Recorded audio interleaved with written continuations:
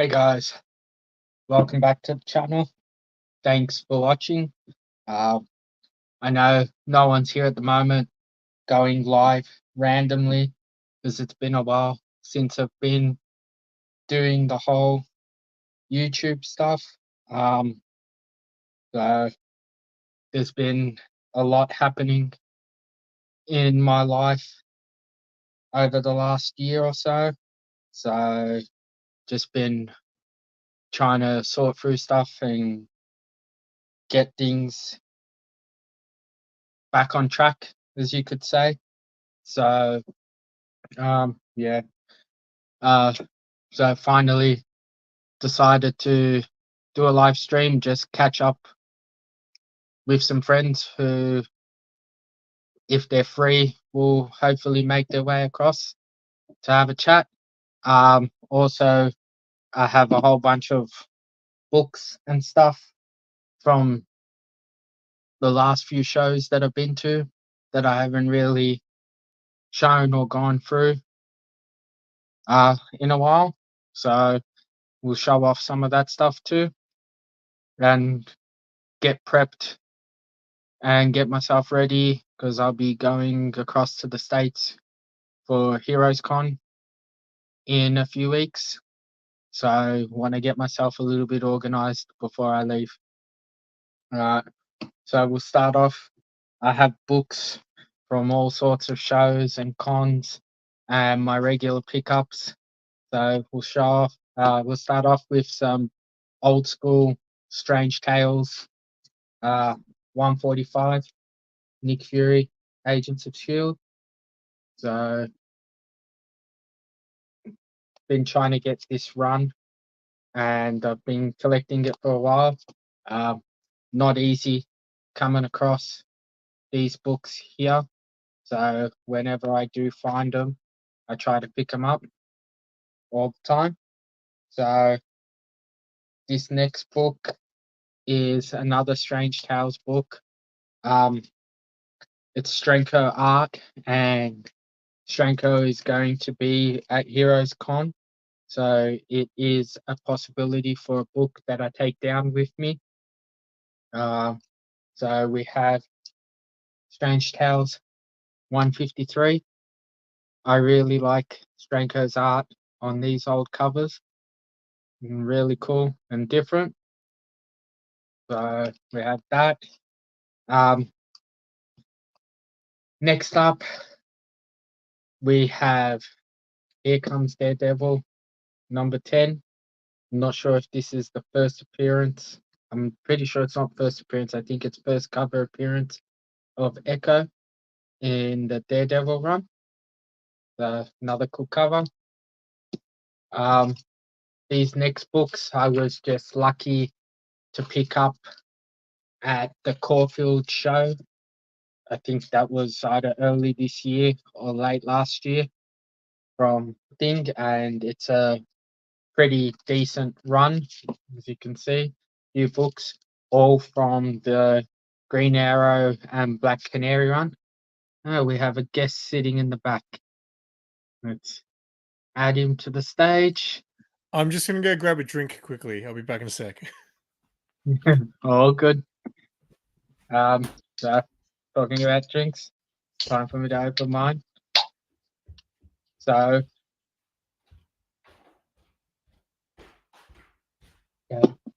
as I was saying, a whole bunch of books from Green Arrow, Black Canary run. So we have number 1,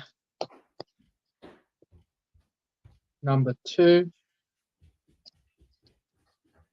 number 3, number 4,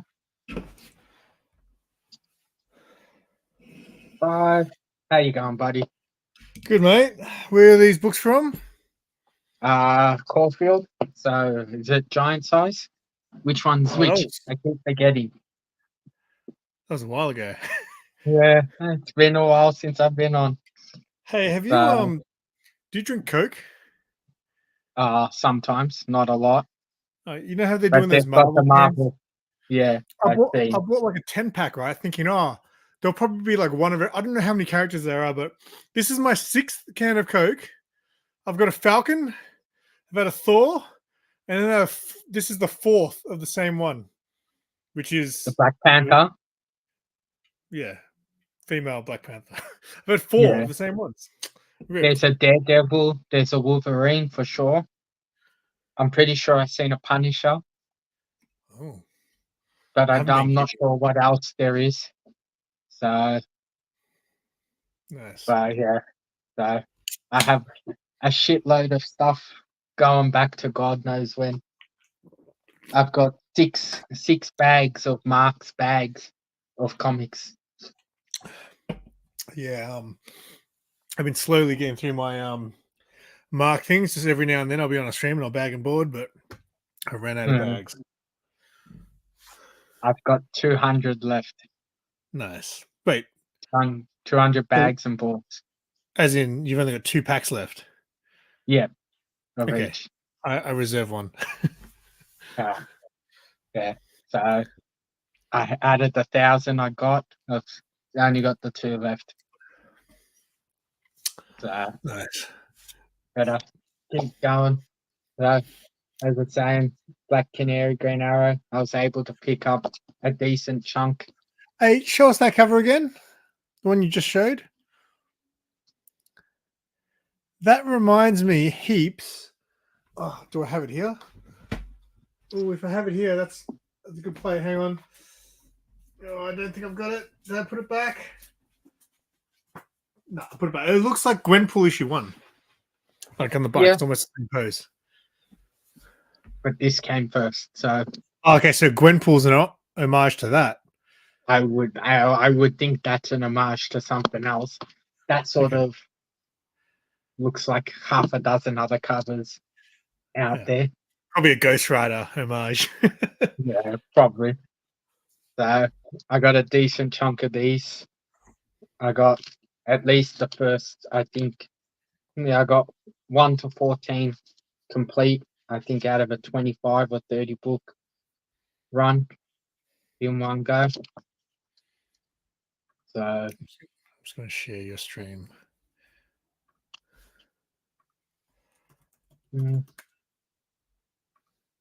I hear you're bad at giving messages to people. Messages to who? Weren't you meant to tell Sarah about tomorrow? Yes. I told her because she said Sean said that you knew where we were going. I was like, oh no, I was supposed to ask you. But it's all organized now. It's all good. Yeah. The number 13. And the last one I got in the run, number 14. So clear some space. I'm sure you'll like this one, Simon. Hang on a sec. I'm just sharing your stream. Oh, I know that guy. I used to watch that show back in the day. I did too. It's Dawson's dad. That's how you remember it. Well, I remember. Yeah. Got some old school Shazam. Is that a key? No. Okay. The cover look, or is it just like all the Shazam covers look like that? Pretty much back then, because this is the first Silver Age run. So Man, you know the key one, the one with the white cover, is just issue 1, maybe? Yeah. Yeah. I remember when I first started collecting comics and I was $20 and I was going to buy it, but I was like, oh, I was going to buy it because I was like, oh, I should read it so I can find out about Shazam. Didn't buy it. And now I can't get it for $20. And that literally is one of the first 4 or 5 big books that I bought when I started buying books. So it was one of the first ones I looked for. And I'm still trying to finish that run, but I'm nowhere near it. But hopefully get through it eventually. But in saying that, I can't remember which show, but I was lucky enough to pick up the last 2 She-Hulk books I needed. Oh, yeah. The number 8 and number 23. You got a whole run now. Yeah, my She-Hulk run is complete. The Savage She-Hulk. Got that all done. I'm trying to think how many complete.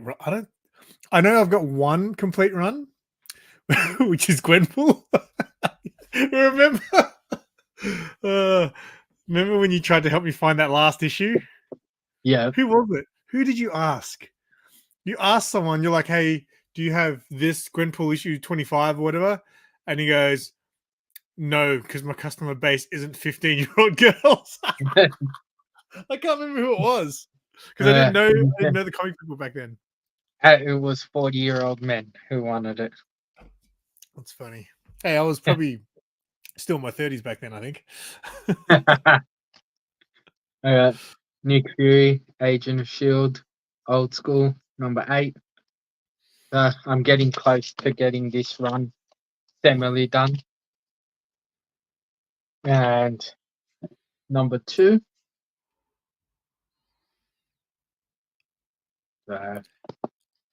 And I thought the Americans would like this. Never seen this book before. But when I seen it, Sports. yeah. Cool. I think I've heard Bubs talking about this book before and stuff, so grabbed it. There are a couple of books that I actually should like. I want to complete the hey Todd. I want to complete the Deadly Class run. That's something that's on my radar, and I also want to collect the whole Red Hood and Nightwing Rebirth runs. But I need to actually catalog what I've got. I've got Nightwing's Rebirth run complete, so that I'm up to date, and I've got 2 or 3 of his earlier runs done complete. I've got some of the Green Arrow runs done too. Yeah. The problem is though, runs just keep going. Like I've got the complete Catwoman run, the current one, but I just want it to end so I can say I've got the complete run, but it just keeps going. Yeah, they did that with the Deathstroke run. Yeah. Did you know, Sean? Did you know that I'm an X-Men guy? Really? Since when? What do you mean since when? I'll show you some X-Men fire right now if you're lucky. Do I have any here? X-Men fire. I've got Marvel previews, X-Men guy right there. What happened to my? Do you want me to show you 2 to 544? Why don't you have one? Oh, wait, you don't have one? No, it's the last one I need. Are you in the that raffle group on Facebook? I'm in a few groups. It's like the waffle. I've only bid twice. Like it's like gambling, right? That's why I like calling. I only bet twice, right? So they had, and the cool thing is, I'll tell you the story. So one of them, the first time, they had Batman Adventures 12, right? Yeah. And I couldn't believe it. I was like, holy shit, $2 a spot. $2 a spot. So I put down $40. I was like, $40.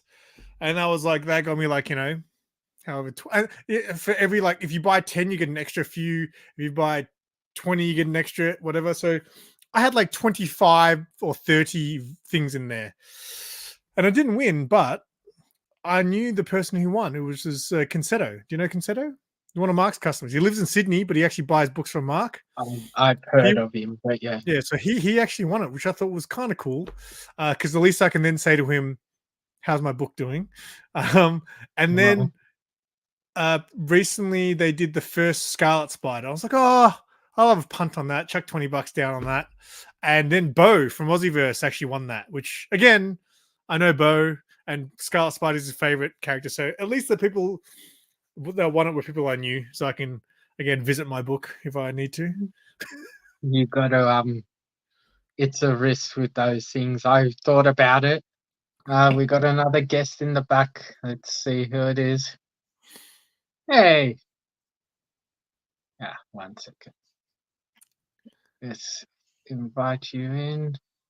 Add to the stage. Shut up, X-Men, DC right? guy. I'm an X-Men guy. You're an idiot. What are you talking Yeah. about? I'm an X-Men guy. Fuck off, X-Men guy. You're an everything guy. Look. Well, Oh no, I dropped a just sword. Look, magic. X-Men. wrong X-Men, X-Force, dude. Just Oh. or New Mutants, whatever it is, not fucking X-Force. But yeah, Just- Todd.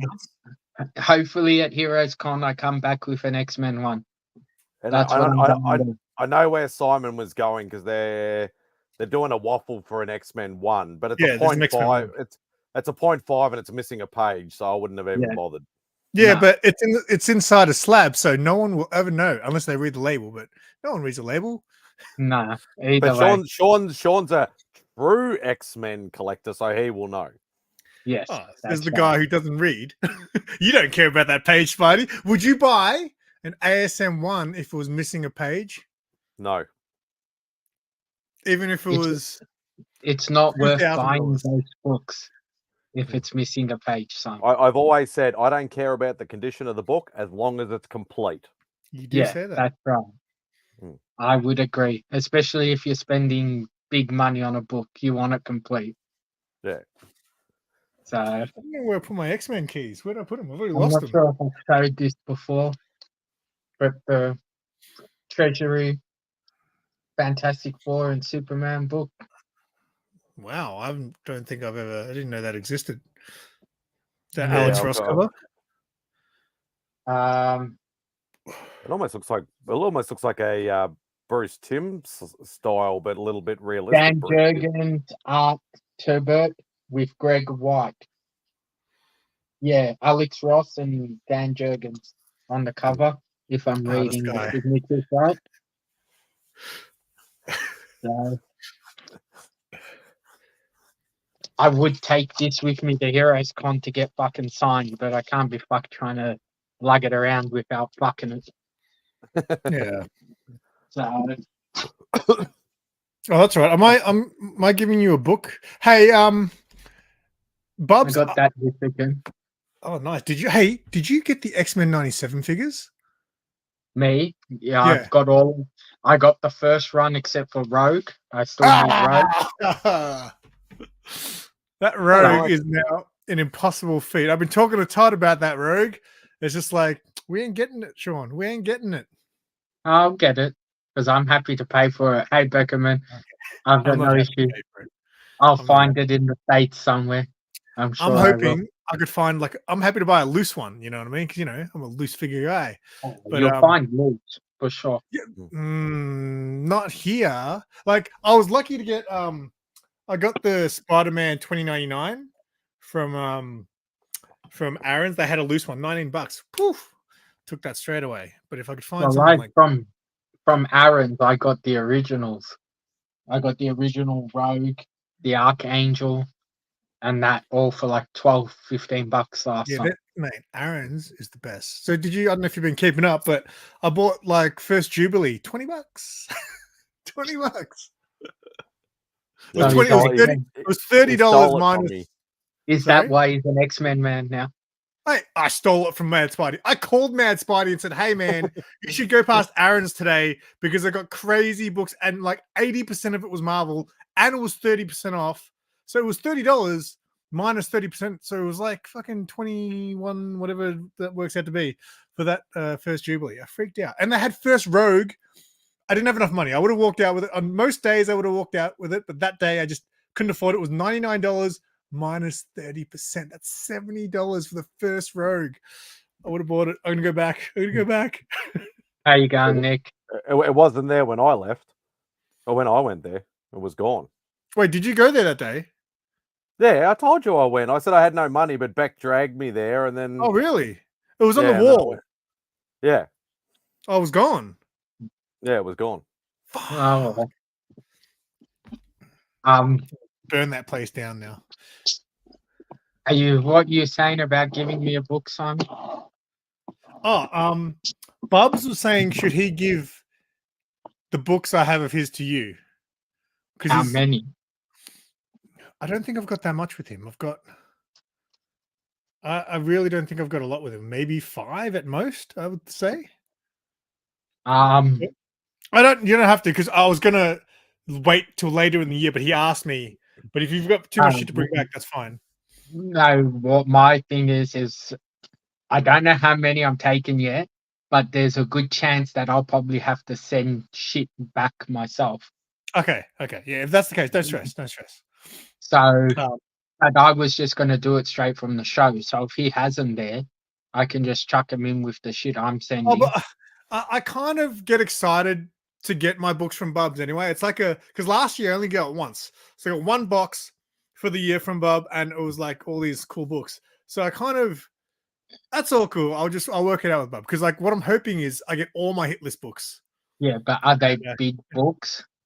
Because I'll be able to keep so big, many on me. big as Like, in treasury, or like big as in no, like. big as No, in, no, are big, they worth a big bit of dollar money Well, to there's make one sure that's a they get? secret that I can't tell anyone about. That yes, is a big Well, book. then, if you want me to bring that one, I can 100%. So that way, at least I'll have it in my carry-on. So I'll have it with me all the time. It's because I've got a book in there that I'm paying off. I'm doing a So mad party. yeah, if you want me to bring that one, so you know that it's not worrying about being in the post and shit, I can do that for you, Okay, that's a good idea. and I can confirm with you about the rest as I'm going, because I'm still going through the list to work out Well, how what the about we fuck. just do that? We just do that for the big book. Yeah. And you better not do no switcheroo with it.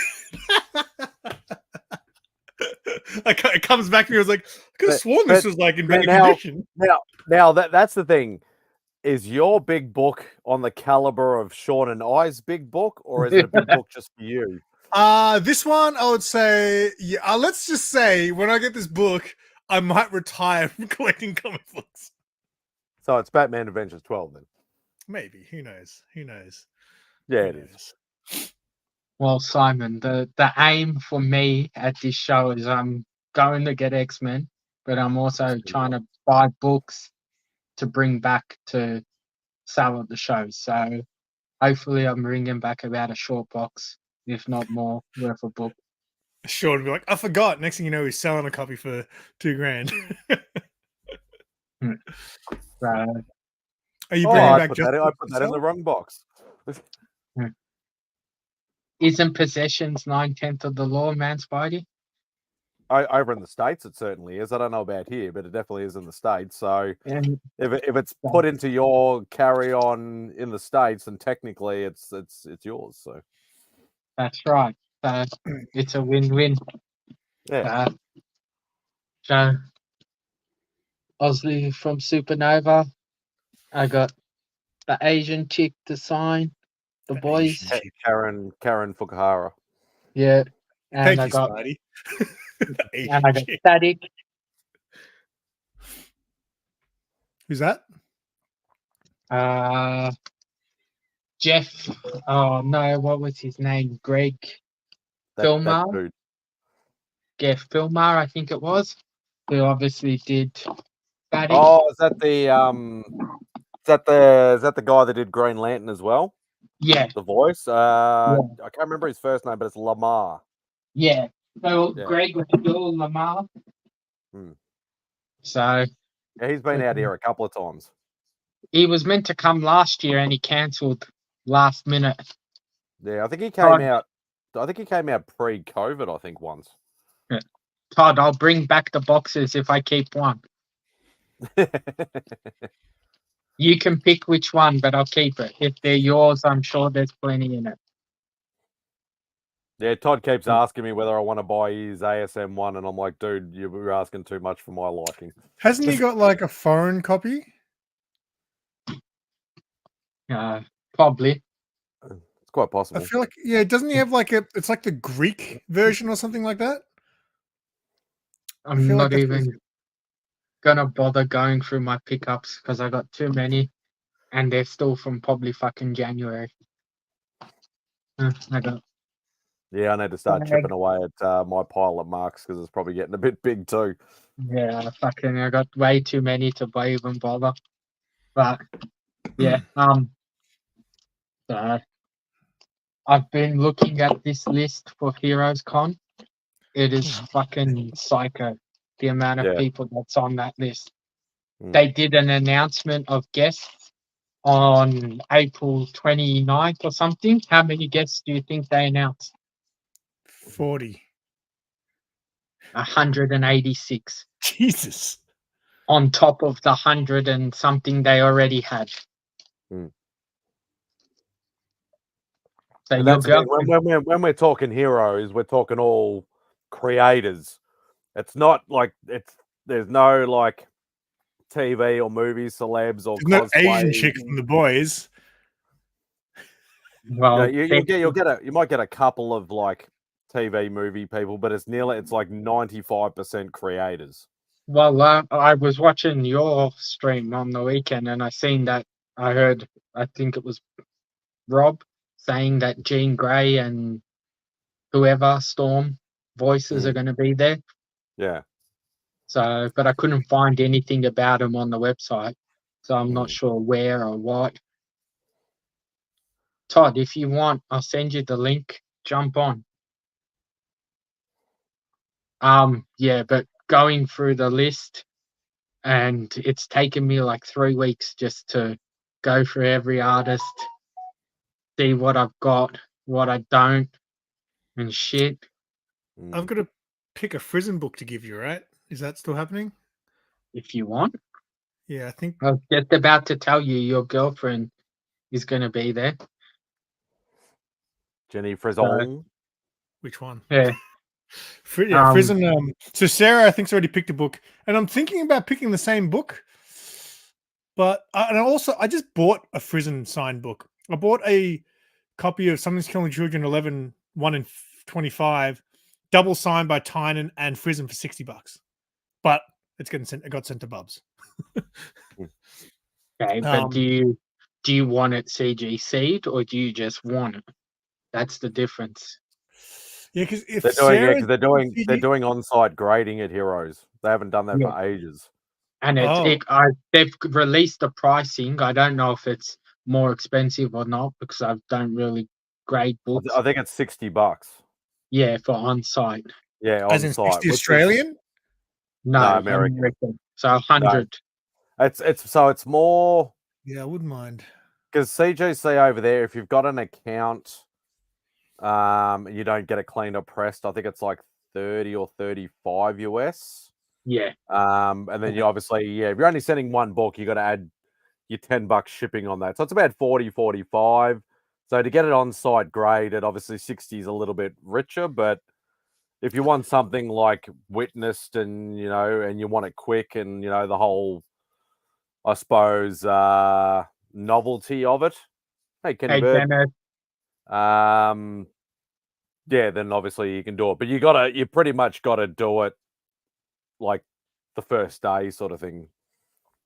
Like go in and case, then get it. I think if I'm going to get it slabbed, I probably would send the same book that Sarah's sending. She's got the Virgin, I've got the trade dress, but I would say that would be the book if I was going to get it slabbed. Beckerman, are you going to be at Heroes? No, he's missing this year. He's got He he's got some family commitments to deal with, so he can't go this year. He'll be going next year though. I've been added to a group of all the people coming. There's a fair few YouTubers coming. There's a lot. It's going to be interesting to meet some of these guys. Super Russ is going to be there. Even Super Russ never goes anywhere. He's only coming Saturday, I think. Oh, okay. Everyone else doing the whole weekend? Most people are. So like I've got the VIP pass, so I'm doing Friday, Saturday, Sunday. I can go in early as well. And then I know. Some people are not doing the Sunday. Most people are doing, like, pretty much everybody who's going that we know is doing the Friday, the Saturday. Russ is only, as Simon says, only doing Saturday. Some guys are like might do Sunday morning and then they're like leaving either on planes or driving back or whatever like that because they probably have to work Monday. And I know what's his name is only doing 1 day as well. The guy who did your intro. I keep forgetting his name. Louis. Yeah, Free Key. Yeah, I He's forgot doing Louis 1 day. was going. I know he's doing 1 day. Then obviously you got Mark and you've I got feel like if you only did Rob. 1 day, especially for the YouTube guys, you wouldn't get to look around because you'd spend half the time just talking to your buddy YouTube friends. Well, Yeah, that's pretty the much. lucky thing. We got a dinner Friday night. Yeah. So Rob's organising it. Yeah. There's going to be the 40 plus people coming to it. So I'm going to go to that. I'm not sure if names are leaving me at the moment. Your mate from Sydney is coming or not. Mate from Sydney? Simon. Oh, Queensland, sorry, not Sydney. Oh, Leigh's not going anymore. He's not. Didn't he have trouble with his passport or something? He didn't get his visa in time. Oh. So Really? he left it too late, and now he's not going. So obviously you can. I've never international traveled. You can tell me from what Beck was telling me, you can go without a visa, but you can get denied on entry. Yeah, but it literally takes hours to get a visa. Yeah. You apply for the visa now, chances are by the time you wake up, you have it. Unless something else. That's just what I was told. So no, but unless he's had like criminal stuff or knowing Leigh, like he probably got arrested for burning comic books. But yeah, like literally, I was looking at it and I completely forgot. And then I went to apply and I seen that my one from last year is still valid because it's valid for 2 years. Oh, so okay. I didn't even have to bother trying to get it again. So, but yeah, last year when I applied for it, we got another guest in the back. All right, let's add him to the stage. First time on my channel. First time I've met him I saw you on Aussieverse once, but we chat. We chat. First time hanging out. He's an X-Men guy now. He's an X-Men guy. Yeah. That's right. Yeah, whatever. All you poses down. And then you go look at his books and it's X-Man, not X-Men, and you didn't notice the difference. Who was it? Someone was showing the X-Man books. I was like, why are you showing those? No one cares about X-Man. Somebody in the world might. They wouldn't make them otherwise. Oh, there's a few people I've seen collect them. Yeah, I can't remember who it was. I don't know why, but nice cheap run to collect. Yeah. So maybe you should collect the Simon then. How much luggage you bringing back, Sean? Well, the good thing is I'm going with Air Canada, and it's $50 a bag for 23 kilos. So $50 Canadian, which is about 65. Didn't Australia. You bring back 90 something kilos last time from Canada? Yes, but that was that's like almost to me. Almost. Yeah, but that was meant to be 2 people's worth of luggage, remember? Yeah. So, but yeah, so I'm taking a suitcase inside a suitcase and hopefully pay for it and bring it back for. How much will you leave just in carry-on though? Because I stressed when I bought stuff back that I wanted all the expensive stuff on me and then slabs not to get damaged in the undercarry. That's what I was worried about. I had in my carry-on when I came back last year, I had 5 slabs and about 60 books. And then I had backpack, which had about another 60 books in it. What were they in? Did you have a fucking short box in your backpack? I carried a short box back with me, and the guy at security's like, what's in this? And I was freaking out they were going to tax me. I was like, they're all books. And he's like, let me look. And I'm like, fuck, he's going to get me here. And he's like, oh, off you go then. Because I was so scared they were going to tax me. David. Hey, Dave. I got your parcel today. I'll release the video later. If you want to send him the link, Simon, you can. I'm not sure. Yeah. Can I have more than 4 people? You can have 6 when you're on free one. So yeah, send him the link. Simon, I bubble wrapped them. So I put them together, bubble wrapped them, with some cardboard around them and had them in my backpack. So I had the backpack under the seat, the carry-on Well, above my head. When you bring back a rogue for me and Todd, just make sure that stays safe, right? rogue. They're Yeah. $200. Fucking crazy. Ah, I'm sure I'll find them. Don't worry. Find me a loose one, Sean. It's all good. Loose. So my mate, you guys were talking about the on-site grading, and a friend of mine runs a big cons around the state, and he said he's friends with the owner, and the owner has asked for 77 hotel rooms just for the CGC group. This is like they're bringing an army. He's like, I just want to go there and watch them do the on-site grading. How crazy it's going to be. What the hell? Yeah, 77 hotels. Yeah. And JSA is going to be there too. Yeah. Authentic gold signatures. So it's making me fucking toss up if I take a book that I have that's already double signed. If I take it, get them to authenticate You are a it. gambler, aren't you, Sean? With your I am, but it's 2 big signatures, and if I get the other signatures, then it'll be like 4 or 5 signatures on this book. Can you post a Including comment in the chat, Simon? Mine's saying it won't. It says it's failed to go through. comment From StreamYard, not from your phone. Is all the X-Men 97 cast there or not? No, I've heard there's only going to be 2 so far, which is Storm and Jean Grey. But it also depends which Storm. The same Jean that was at. No. Yeah. So that's same Jean but different Storm, because the lady who played Storm in the 92 is in the 97, but she's playing a different character. And then there's a different girl voicing Storm in 97. But there's 2 Jeans as well, isn't there? Yes, but I'm pretty sure it's the same. Yeah. As one that we had at here. You were. Yeah.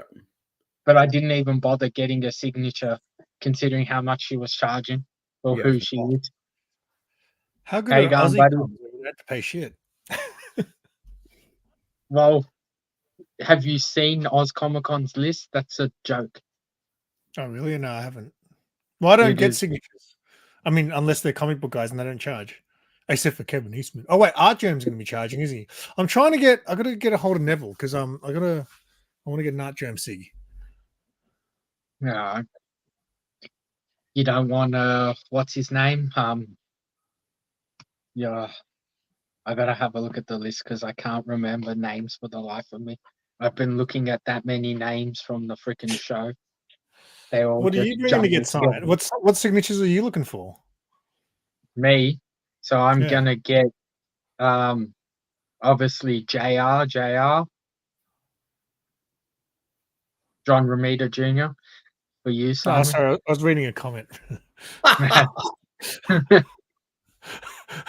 You are brutal. Fuck. I agree, Mark. Oz Comic Con's guest list was just crap. I agree, Mark. Hello. Hey, where are you? Hey, let me turn this off. Put you on the other stream. There you go. Better. Hello. My lighting's terrible today. Where are you? I'm in Singapore. What the hell? This is for work. So I'm in Singapore. I fly back tomorrow. I've just gone to one of the best comic shops in the world. Really? It's like dodgy little, honestly, $3.50 a book. And if you if you're not interested in grade and you just want to read the books, it's brilliant. So yeah, I took a little diversion. Man, Spidey doesn't care about grades or read the book.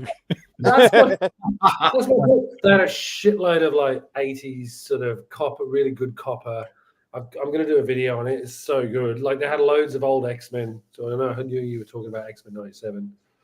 So yeah, they had a bunch of X-Men. I asked, and literally you'd ask them something and they'd go, right, I want Charlton's. I went, right, here you go. Here's a whole bunch of Charlton's for you. What was the shop called? Silver Chris. It's run by an 89-year-old guy. I think I've heard of this shop. I have too. It's legendary, right? And it's Silver Chris. Silver Chris, and it's just And the story is the guy was 89, and I turned up today expecting him to be there, and his daughter opens up the thing, and I didn't realize it was his daughter, and so she opens up, starts serving. He says, "Oh yeah, my dad's now in a rest home, and he's we're using this to pay for him to be able to have care." So I was like, right, here we go. Here's some money. Off we go. But yeah, they had so many good books. It was like, I mean, they're not high grade, but that, what does that matter if you're actually enjoying reading them? So. Oh yeah, he's old as. Let's Google image. He's really old. But yeah, good. Sorry. No, you go. It's your stream. Continue your story. I was just going to tell Simon something random. I'm looking forward to. You're going next week. Not next week. Yeah, week and a half. Me and you are going, right? Yeah, I leave on the Wednesday. Get there on the Wednesday. So I have Thursday, and then obviously the show Friday, Saturday, Sunday. You go Wednesday.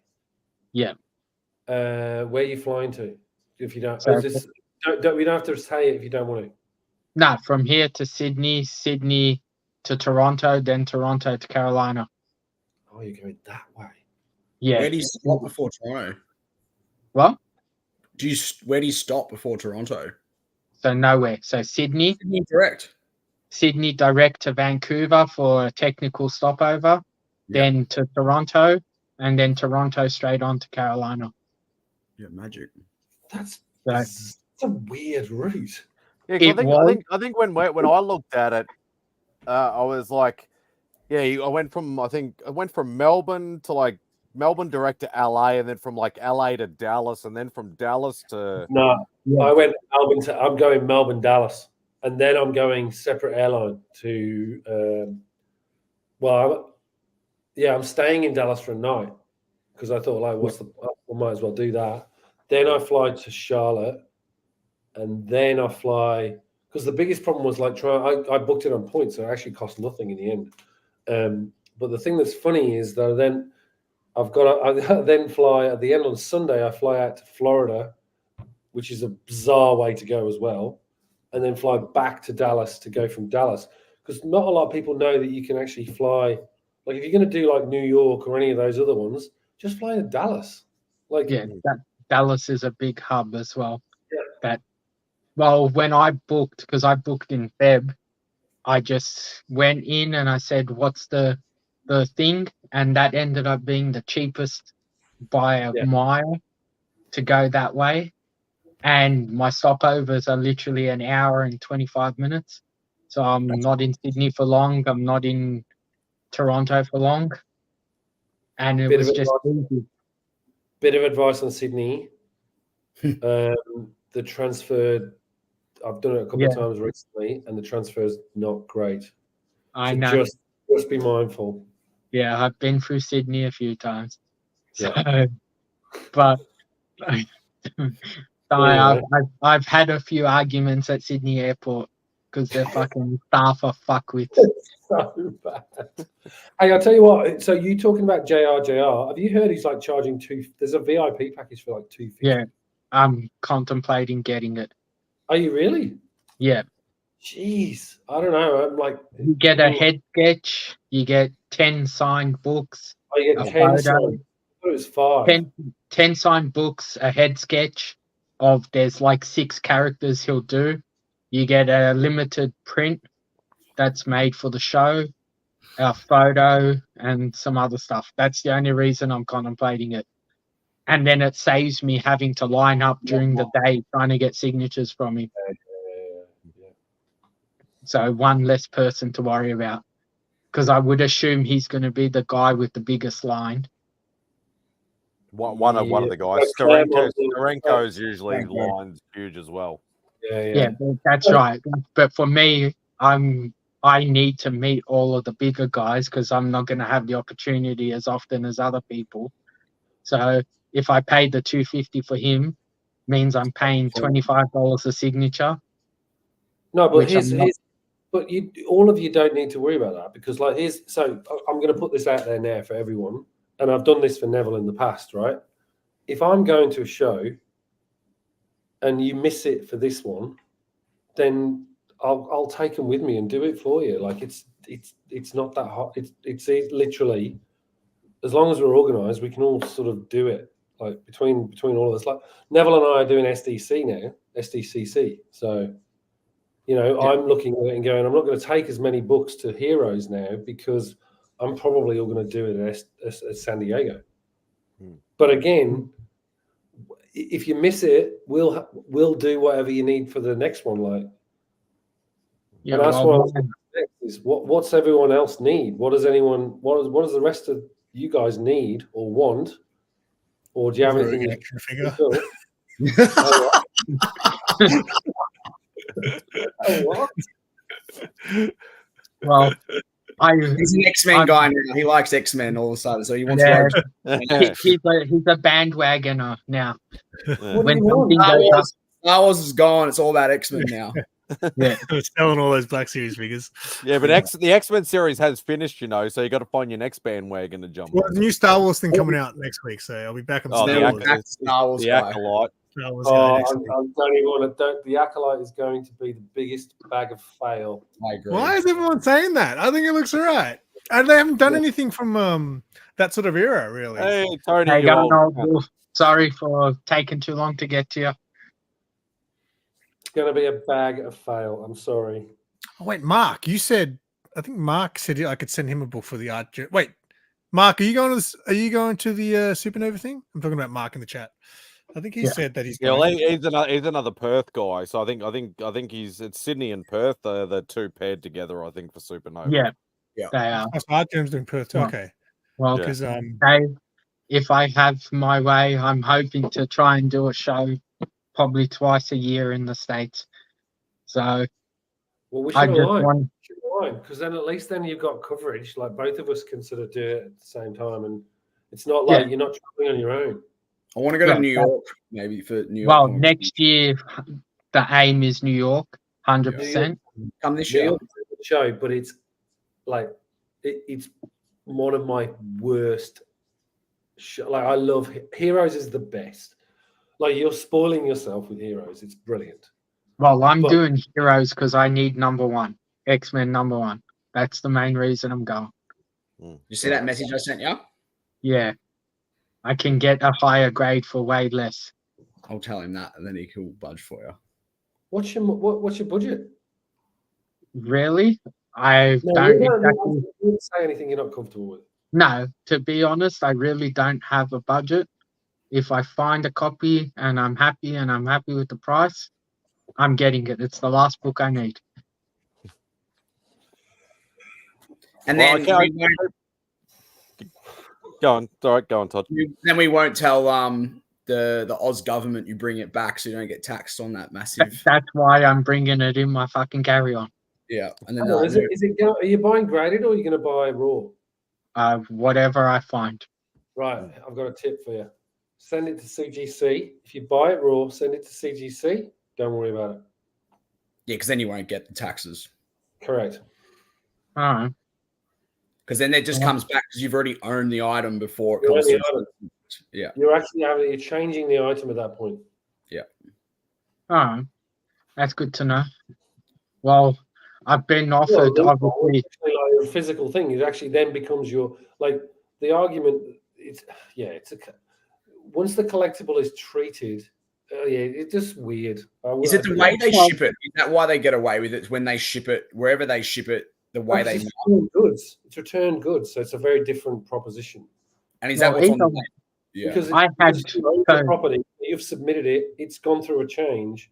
Yeah. And so, it's a bit of a grey area. It's one of those ones where it's sort of it's a real it works. How come you've got to? I don't ever go overseas. So how come you got to pay tax to bring it back into the country? Anything over $1,000, you got to pay input duties on. Yep. Technically, you should be paying it. Gucci bag. If you're traveling with 3 people, you get $3,000 worth of value to bring in. Yeah. I've been lucky, I'd have to say, touch wood, that every time later, Nick, every time I've been back with stuff, like I think about 90 to 120 books when I came back from Toronto, and they didn't even bat an eye.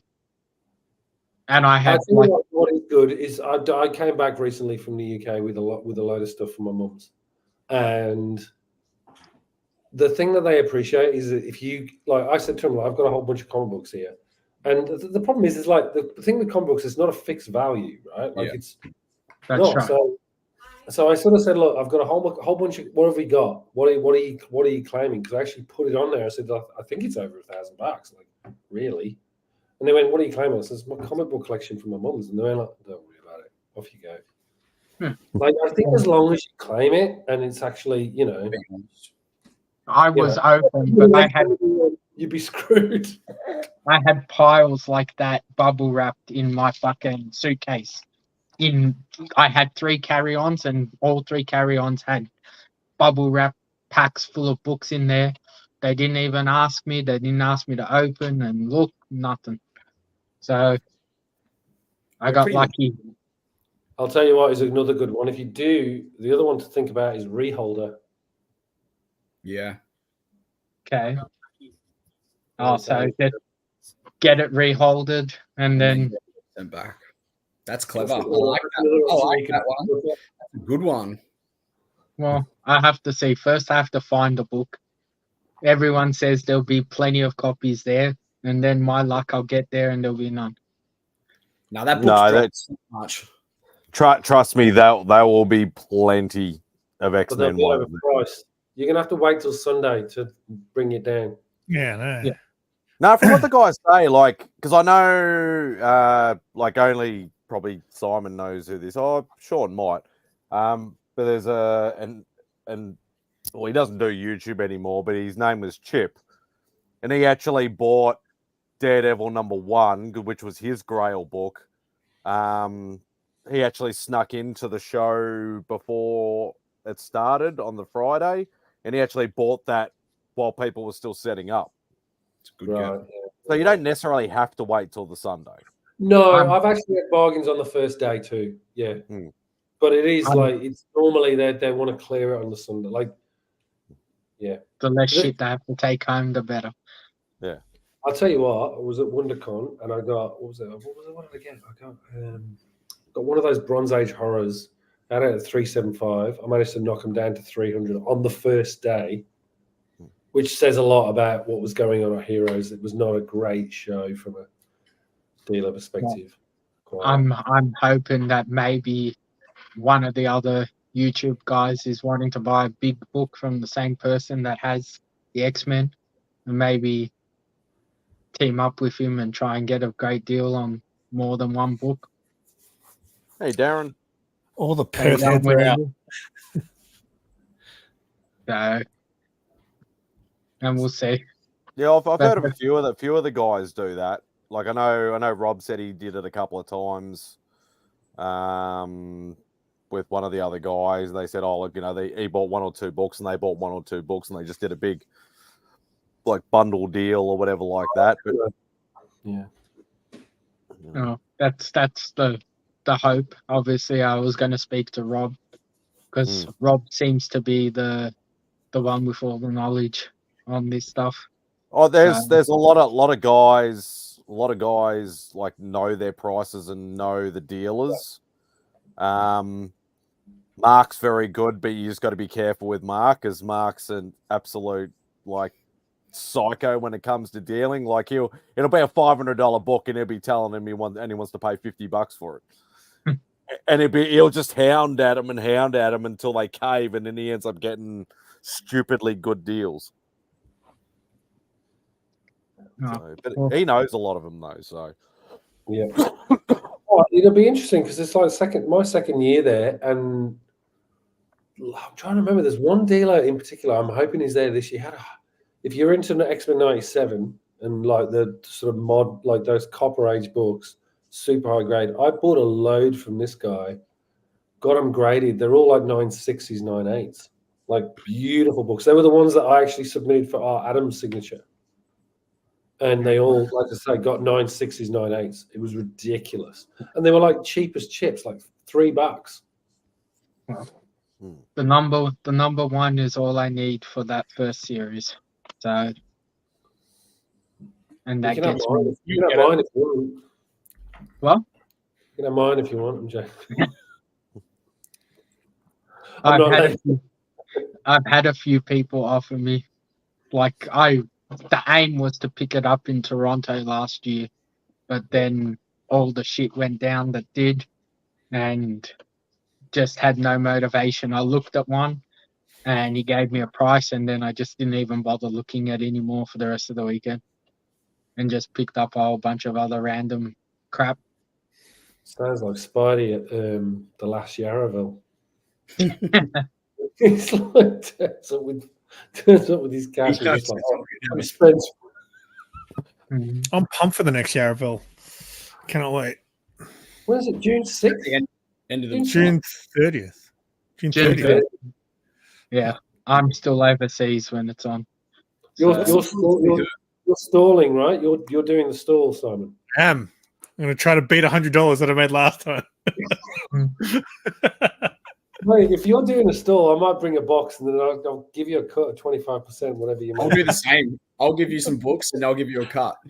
Hey, who says it's going to be room? I've got more toys than comics, to be honest. I got when I did the move, I found a lot of stuff.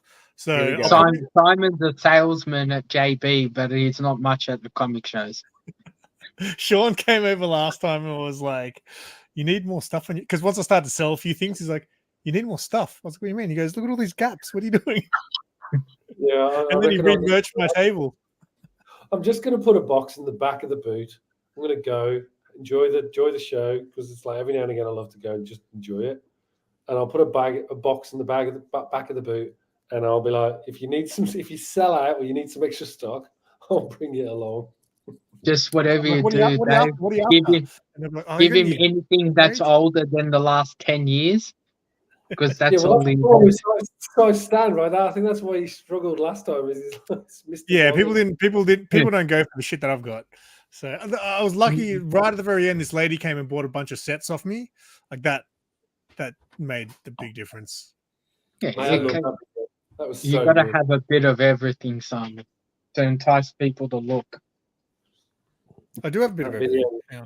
That video was great. It was such the best thing because I was at that show as well, the same show, and I was selling, and he's like, yeah. "Oh, I don't know who this guy is."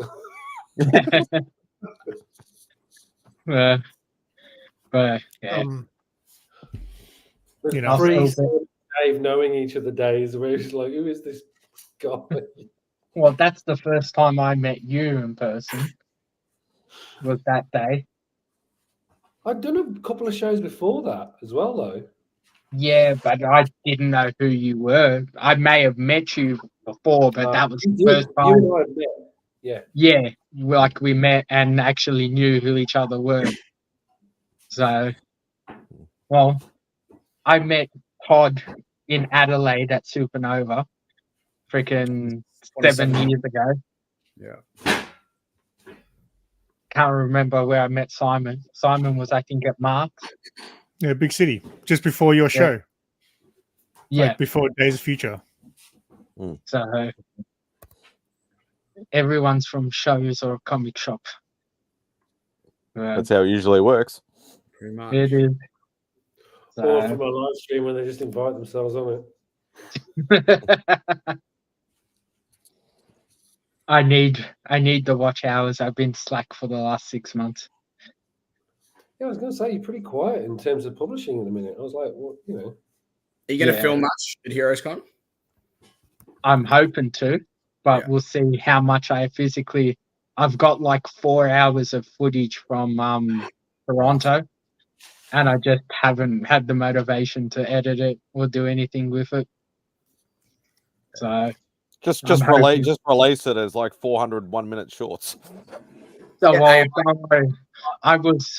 I did a video when I was unboxing the Gambit, the premium format, and I was like 95% done through it, and I went to do something and it just fucked it, and then I didn't even bother going back to try and edit it again.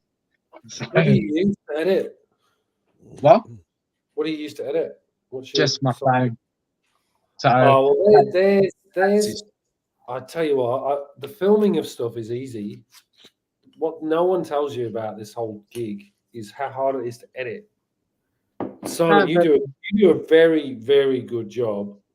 Scott, What do enjoy you doing use to it. edit? Me, I use mostly iMovie, and if there's something I can't do, I'll do it in Final Cut.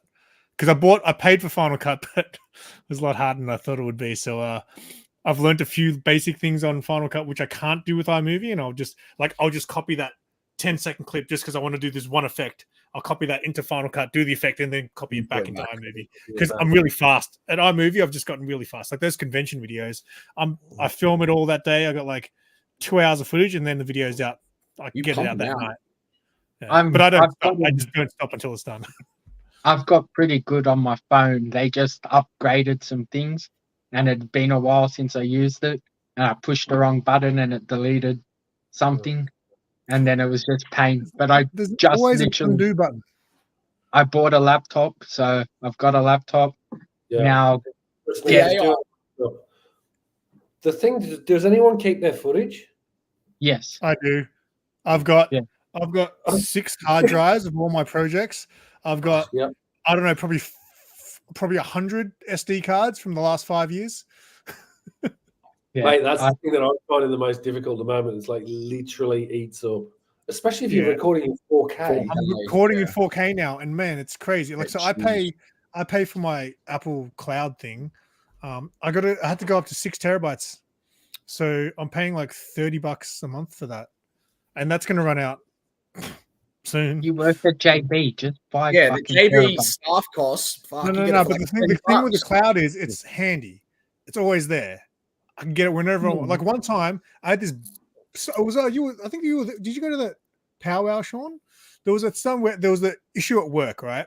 I was supposed to release a video for work. It was a big deal, and for some reason, Facebook glitched and didn't post on Facebook. It posted on Instagram, didn't post on Facebook. I got a call from work, one of the guys at work going, "Hey man, where's the video?" I was like, "It should be out," and I could see it, but for some reason, just no one could see it, and I was out.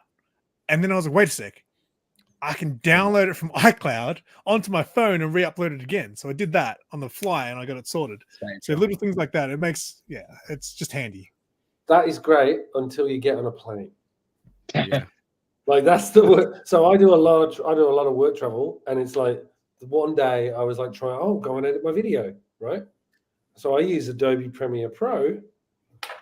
I get on the plane, no internet, log in to open the app, and Premiere Pro needs to have an internet connection to validate. That's ridiculous. I was like, no. That's ridiculous. Why would you need the internet just to run a program? Well, that's the aim for when I'm on the plane this time. I'm gonna try and edit all my videos that I have left on my phone. The AI stuff, it does it so quick. You can have like an hour thing, and it will just cut it up, and it knows where to do it, and it's done in like 2 seconds. And it'll put it into shorts, into wide fat, like super easy now with AI. I've tried that though, and I'm such a perfectionist. I look at that, and I've done a few of those, and I'm never happy with it, and I always want to tinker with it. I guess you can tweak it though. You got to be careful with the AI stuff too, because they've actually put that in when you're actually putting a video onto YouTube now. It actually asks you whether you've used AI stuff to do things. Yes, So you have to be very careful. It doesn't want you to. I don't think. I think it's trying to stop you from like tons of content. Man. Yeah, like I don't know, cheating or something, and especially if you're monetized. Like Simon's the only one here that's monetized anyway, but I don't. There's something funny about it at the moment. That's fair. Catching up, mate. Catching up. Yeah. Simon's a sellout. 517 I got this week. That last video went through. That last video went really. Your videos are killing it, mate. Like that was I've gone to 517. I'm like worried about what's happening with the awards, because I'm like, if I hit 1,000 by the but it's not. I don't think you're not going to hit that. It's just ridiculous. You can't get there that quickly. You go like. Did you? Everybody goes through plateaus. Yeah. So did you see? You'll always find a place where like at the moment, like I've been stagnant for about the last 6 months, 12 months. Get one here, there, whatever like that. Like obviously my content's sort of fairly basic or whatever, and I don't edit videos and whatever, but like I had massive jumps in the early days, but now I'm just hovering around the same amount all the time. Aussieverse just reached the 500 monetization, so they got membership now. Yeah. Oh yeah, but how did they do the watch hours? Because that's the thing I'm struggling with. I've got to have now hit the 500. They do regular live 3,000 watch hours. So when I first hit 1,000 subscribers, I couldn't believe. I was like only on about maybe 2,500 hours. I was like, whoa, I'm way off. So I started doing live streams, like, because I don't really do a lot of live streams, but then I started just like, I need to do live streams. So I started doing live streams like 1 or 2 a week, and then probably after about, I reckon 3 weeks, I hit it. Is that a month? You need to have 4,000 hours in the last 12 months. Yeah, for 1,000, yes. It's 3,000 subscribers and then 4,000 watch hours. Or if you're 500 subscribers, I think you have 3,000 watch hours, and you'll open up things like membership and super chats and stuff like that. Yeah, so it's basically you get everything except for the ad monetization. Like you don't get any ad revenue. Gives you jack shit, mate. Yeah. I wouldn't do membership anyway. I'd only ask just everybody give me super chats. I'll be happy just to get up to fucking 200. I feel like I should actually. One of the things I'm thinking about is what I do with when I do monetize is what do you do with that? Like, I actually love what Rob's done. Like I actually love that, and I'm like thinking, is that something I'd do? Just switch it to sort of charity. Did you see, Perry Comics? He started another channel, and it's like a dual channel now, doing reactions with TK, I think his name is. So they do so they're sharing a channel now. They hit 1,000 subscribers in 50 days. Wow. Perry knows the formula though. Like Perry's now got like 3 channels that are successful. Like he knows what he's doing. Well, I think that's the point, right? Once you know how the whole thing works, it becomes a hell of a lot easier. Like if someone told me this is what you have to do at the very beginning, you'd get there slightly quicker. That's not true. No. So I'll tell you what you've got right, David. Your videos look crisp, like professional YouTube level. Your thumbnails are spot on, but also you know what you're talking about, which is why I'll never reach the heights because I'm not engaging. My gamble is I hope people just like my personality and then they'll want to watch my videos. But people will only watch that for so long before they're like, oh, I'm sick of this dude. I'm on to someone else. But when it's informative, people will watch your stuff more because, this is the topic I want to, listen to David talk about and stuff like that. So that's the difference. But people have to be honest with themselves too and know that. I actually don't know if I agree with that because I look at I mean, I follow some toy channels. I follow some toy channels, and they're literally all they do. They got a phone. They go, I'm walking into Walmart today, and they just show the shelves, and they have 10,000 subscribers, and they get thousands of views every video. I'm like, that's so weird. But I think it's just because they're a likable person, maybe, and that's why. But no, I think that's satisfying. So I've learned. So that's one thing I have learned. That was my point about video types that get you more views are the things that are actually interesting. I saw Rob do this. Like Rob and I did 2 videos in the space of a week, both of us doing this. We made a mistake. Have I made a mistake? I made a mistake. I saw that. And those are the sort of videos that and this is what you start to realize. And you see, you look at Swaggerhouse, you look at all of the big ones, right? They're all doing the same sort of stuff. Like they're doing the cancel culture stuff. It's all this guy fucked up or whatever, and he wants to do a video. It's all negative based content. It don't need to be negative.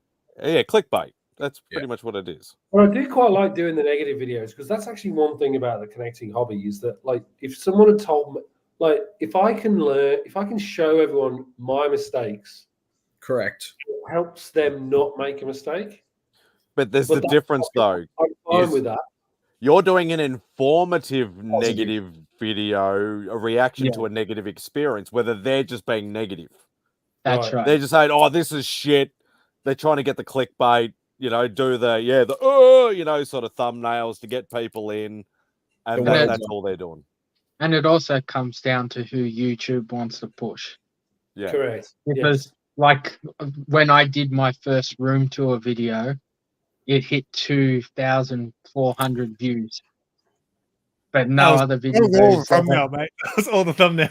Yeah. People love room tours as well. That's the thing. You just got to work out what people love. Like they love room tours for some unknown reason, which is like I keep putting it off.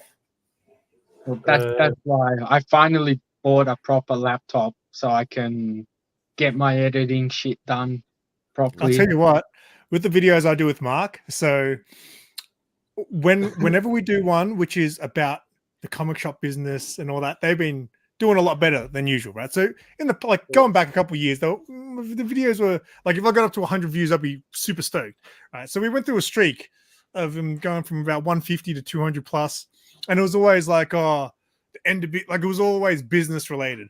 As soon as I talk about comic books, hey, let's talk about this genre. Oh, let's talk about X-Men. No one watches it. No one watches it. It's kind of like I'm shocked that what I find is like, for example, when one of the smaller YouTube channels gets like a big creator, like a big artist, a well-known artist, well-known writer, no one watches it. I'm like, what? Like just the fact that he got this person on is to, Oh, like I'll give you a good example. I did that Deadpool video, right? Which I was like going, this is going to explode. It's going to explode because it's like I'm literally taking all the information that everyone's looking for, and maybe when the movie comes out, it'll go big, right? It's like that's almost the bankable idea.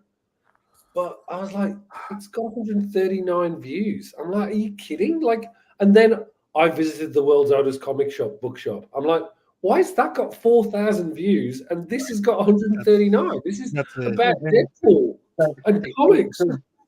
The same happened to me when I was doing shorts when I was in Scotland at Comic-Con. I put the short up just from the show, just random 60-second short, and I was getting 2,000, 3,000, 4,000 views on these shorts, and then do shorts with people and creators and stuff, and you get 50, 60 views. I've never had a video reach those high. Like I've got videos that are up in those numbers, but they're videos that built up to that number over time. I've never had a video where after a week, the only one over that's even got over 1,000 after that kind of time is probably like a Comic-Con, like a convention video. But I'm talking like 1,000 that will cap off there and then build up to maybe 2,000 over time. But I've never had a video come out and after a week or two, I'm on thousands of views. Never. Except for short. I had a couple of shorts, and that's weird when it happens. It's so weird when it happens. Let me bring you. I'm going to tell you. Like and it's this. You can see patterns as well. It's so weird. Yeah. Well, I think your first video, Dave, I think actually hit over 1,000 views. Yeah, 2.5K. That one just keeps like. That's the gift that keeps on giving. That one. Are you still TikToking much, Simon? Sorry. Are you still TikToking much? You doing? Oh yeah, man. You haven't seen me. I mean, eating chips, drinking Pokemon drinks. I didn't fucking get off it. I was just fucking consuming way too much, sitting there scrolling. Oh, dude, I sit there and I watch like before bed. I go on TikTok and I watch like haunted ghost videos, and I'm fucking sitting there like, fucking thank God. When Sarah was away for the weekend, I couldn't watch TikTok because I knew I was going to run into scary ghost videos. I didn't want to be home by myself. Are you doing mukbang videos on TikTok? No. So like I every now and then I did videos where I'd like taste test something. So I've done it on YouTube before as well. Yeah. So like I just randomly had some stuff that I tasted, but mostly it's toy unboxings. It's no Macca's custard pies, but you know. Yeah, no. So one time, David, a long time, well, not that long ago, a few years back, when McDonald's had the custard pie, I did a video where I ate 10 of them. Oh, that was disgusting. I did 2 videos because the first time I failed. The second time I was determined to eat 10. So I ate 10 custard pies. Was this pre-comic, Simon? Was it? That was pre-fat Simon. See, all that there is all custard pies. Yeah. After custard pies, I started looking like this. Videos, and this is what happens. See, if you'd never done any food content, you wouldn't be like that now. No. Yeah. So, just quickly, the world's oldest comic book shop is 5,600. WonderCon 2024, 2.5K, and then literally, it's what you said, Spidey, about the first video I ever did, the Silver Age keys. That one, those are the three big ones.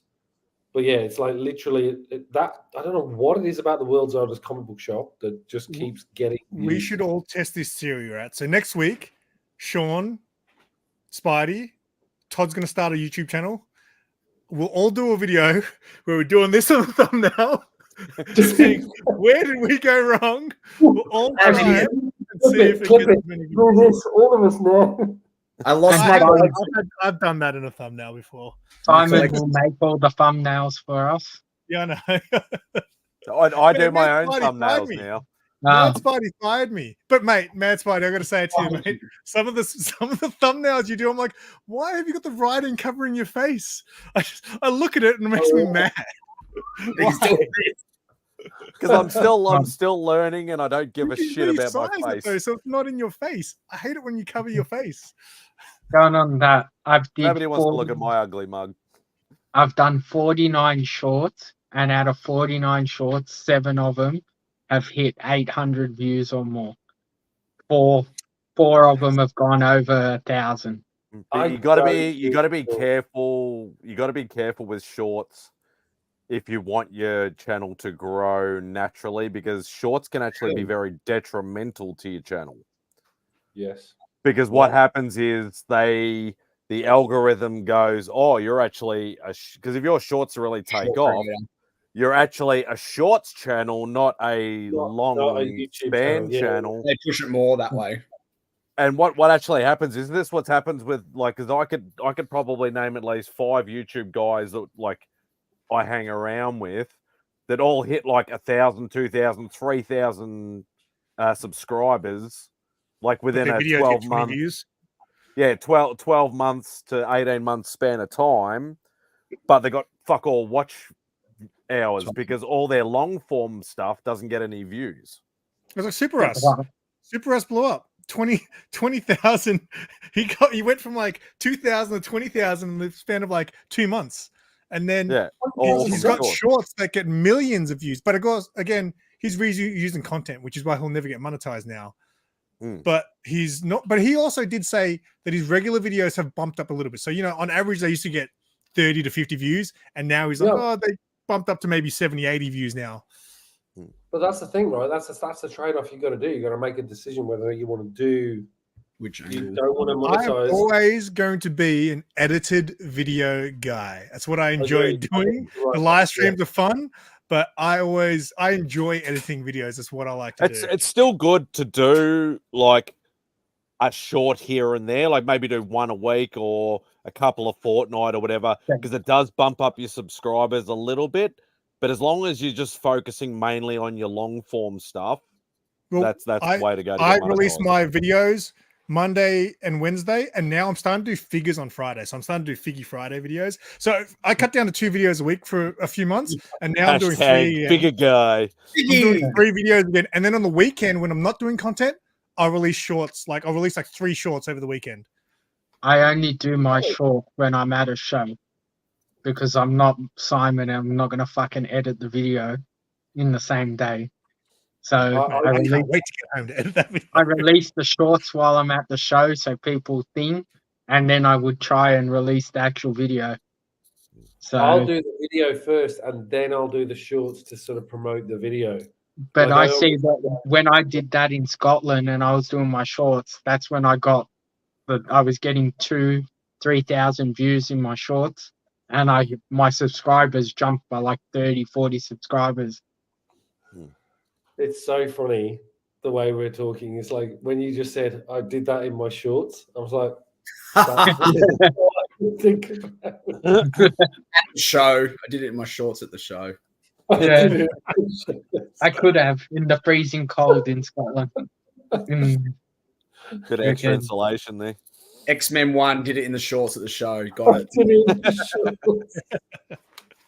You should do that next. And then with this face, and this is the face. I did it in my shorts at the show. I did it in my shorts.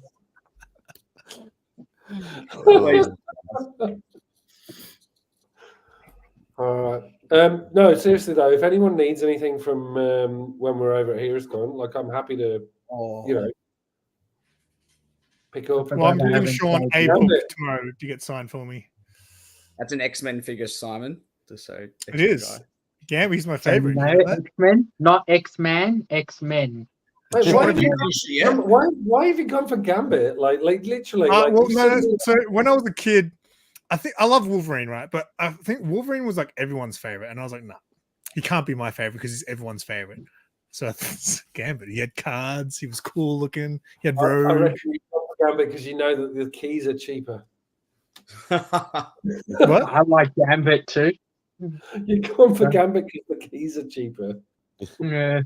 Sean, have you Gambit finished? was the first. Don't be a first big book I fan of bought. Wolverine because you're screwed because you have to buy one Hulk 181.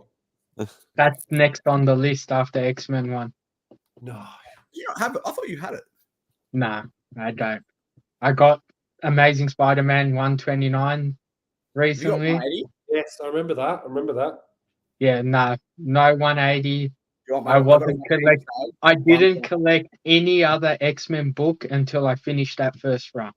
I got 180. So now that I finish with number one, hopefully in 2 weeks, then I'll start looking at the other characters' books. 2024 is going to be the year where I clean up on X-Men keys. You watch. Yeah. Good luck with that. One. I can't wait to see this episode. Simon, I can tell you for 1, 2, 3, 4, and 5, you're looking at around 30 grand. No, I'm talking Depending about like on- Generation Next issue 2, First Sugar Right. Man. Oh, This X-Men guy. Generation X is X-Men already guy. a $150 book. It's like, Yeah.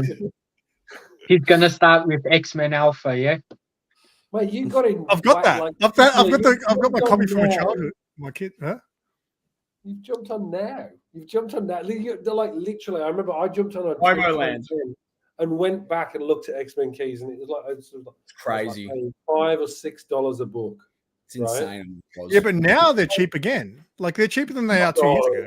No, They're cheaper than they are 2 years ago. No, Oh. not the keys. They're not cheap. Yeah.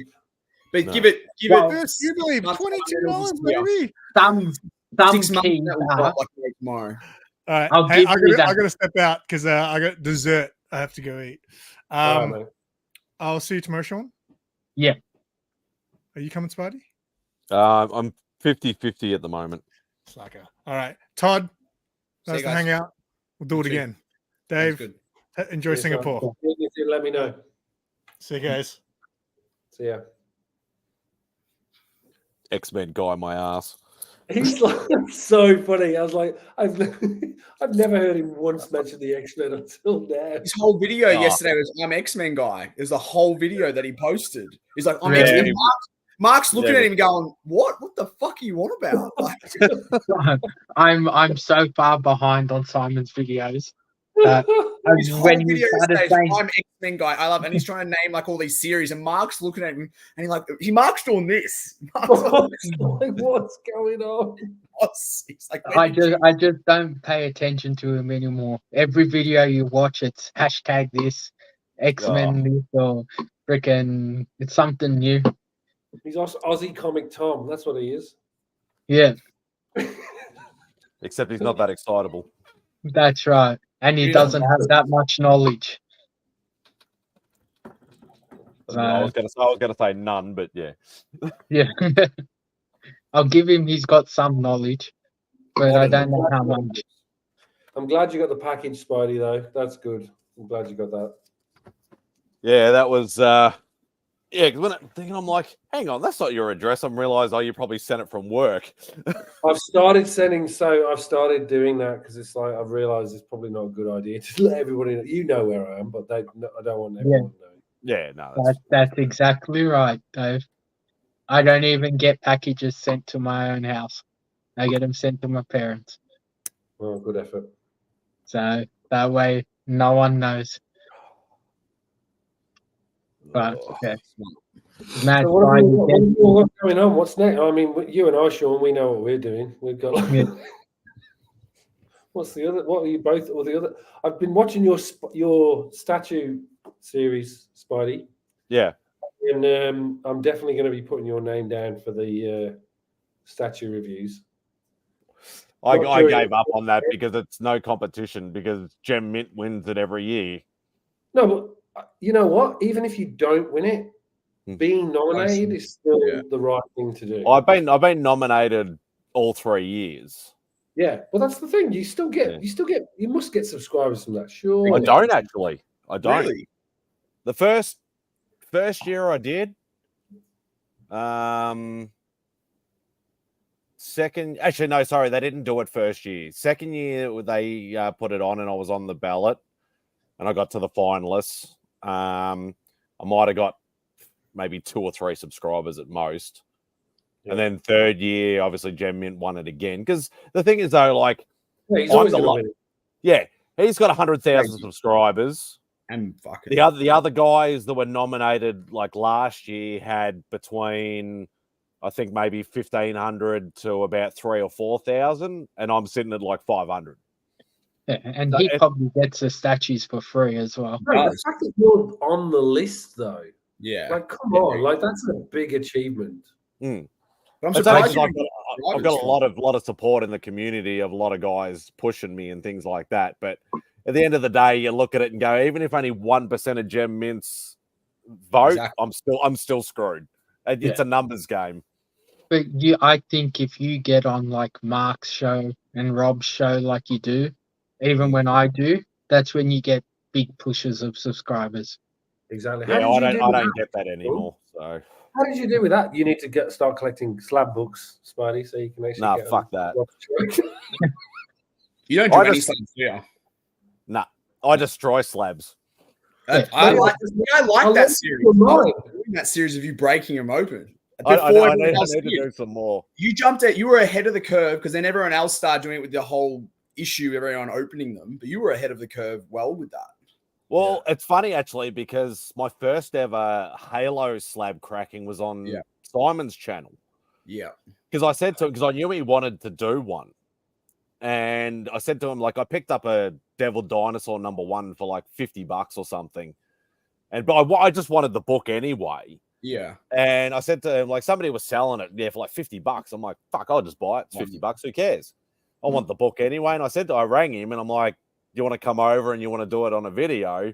He's like, fuck yeah, let's do it or whatever like that. So we did it on a video. And that's one of his videos actually that gets a rebite every now and again. Yeah. Like, I think we had something like 300 or 400 views within about a month.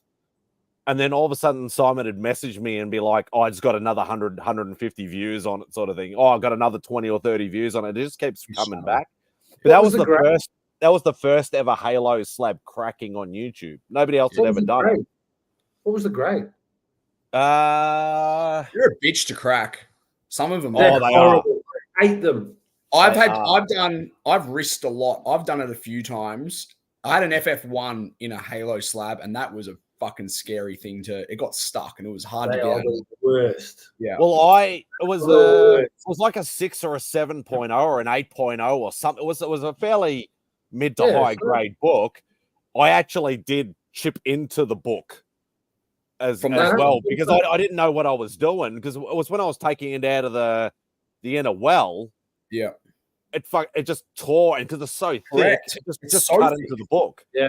So I bought an Australian variant of New Mutants 98 9.6 Halo, I think. And it was the hardest thing I've ever had to crack out.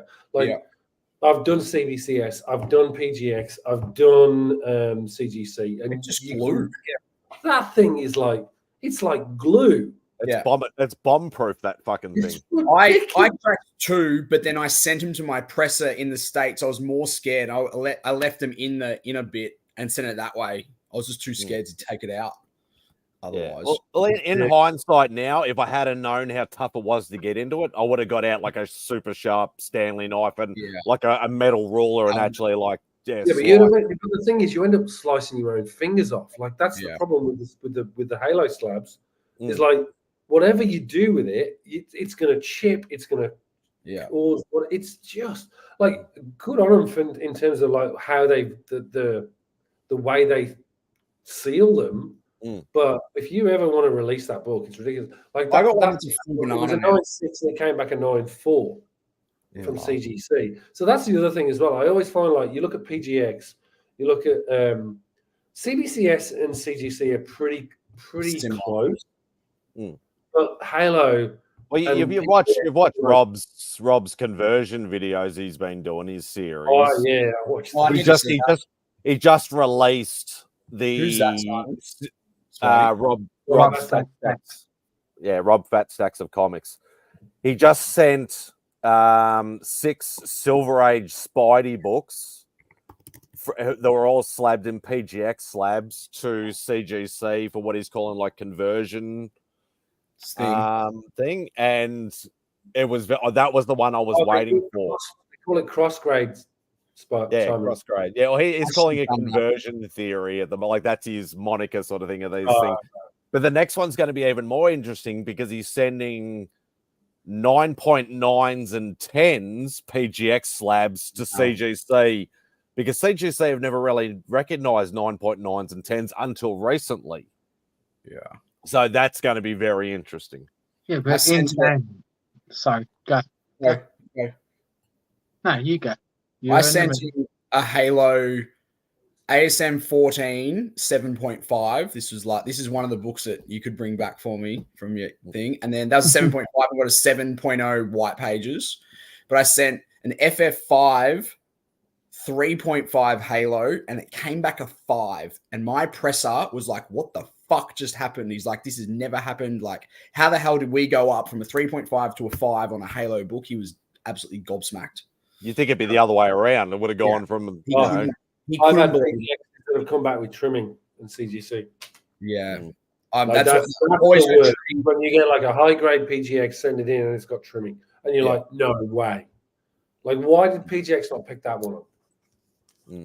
But the good thing about, like, without giving Rob's video away, because I want people to watch it. I want to look at it now. But it's a very interesting thing how the different companies do their grading and things like that. Because you would think in theory they all follow pretty much the same set of rules or the same set of guidelines. Obviously, we know that's not true, but in theory they're supposed to.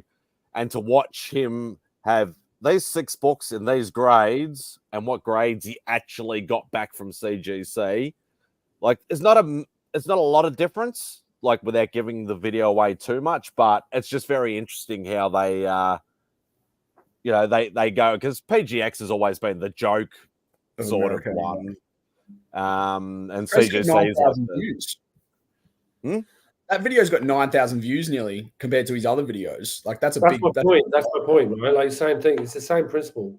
Like you do this. He's just got a squinting face. He's like, oh.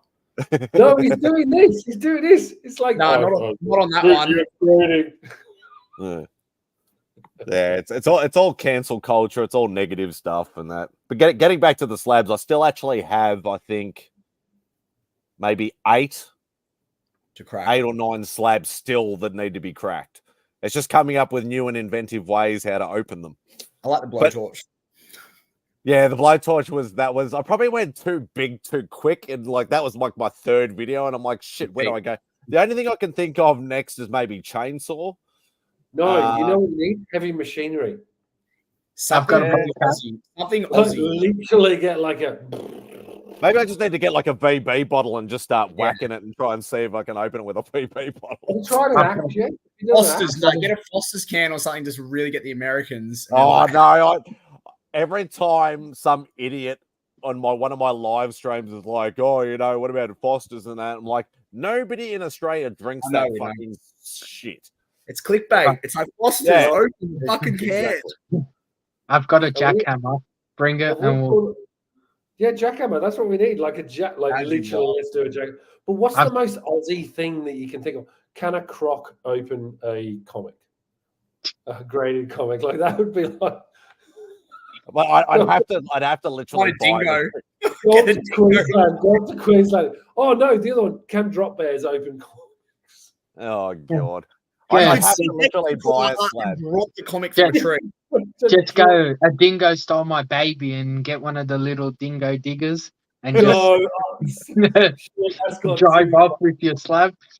Oh fuck! I'd have to buy like a $20 slab that I don't care about the book, because that's the thing. All the slabs that I've bought, I Yeah, want you the don't book. want to mess them up.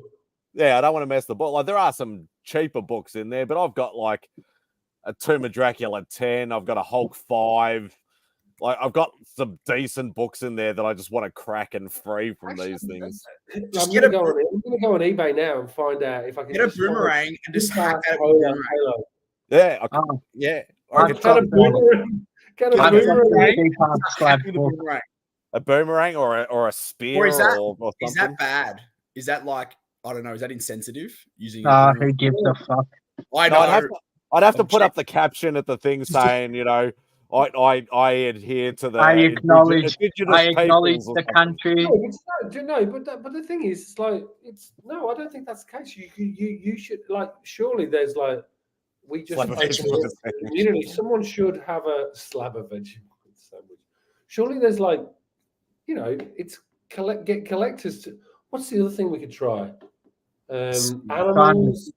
How about we'll do a versus battle? You have a slab that you're going to try and get I'm open, and into I'll have that. one.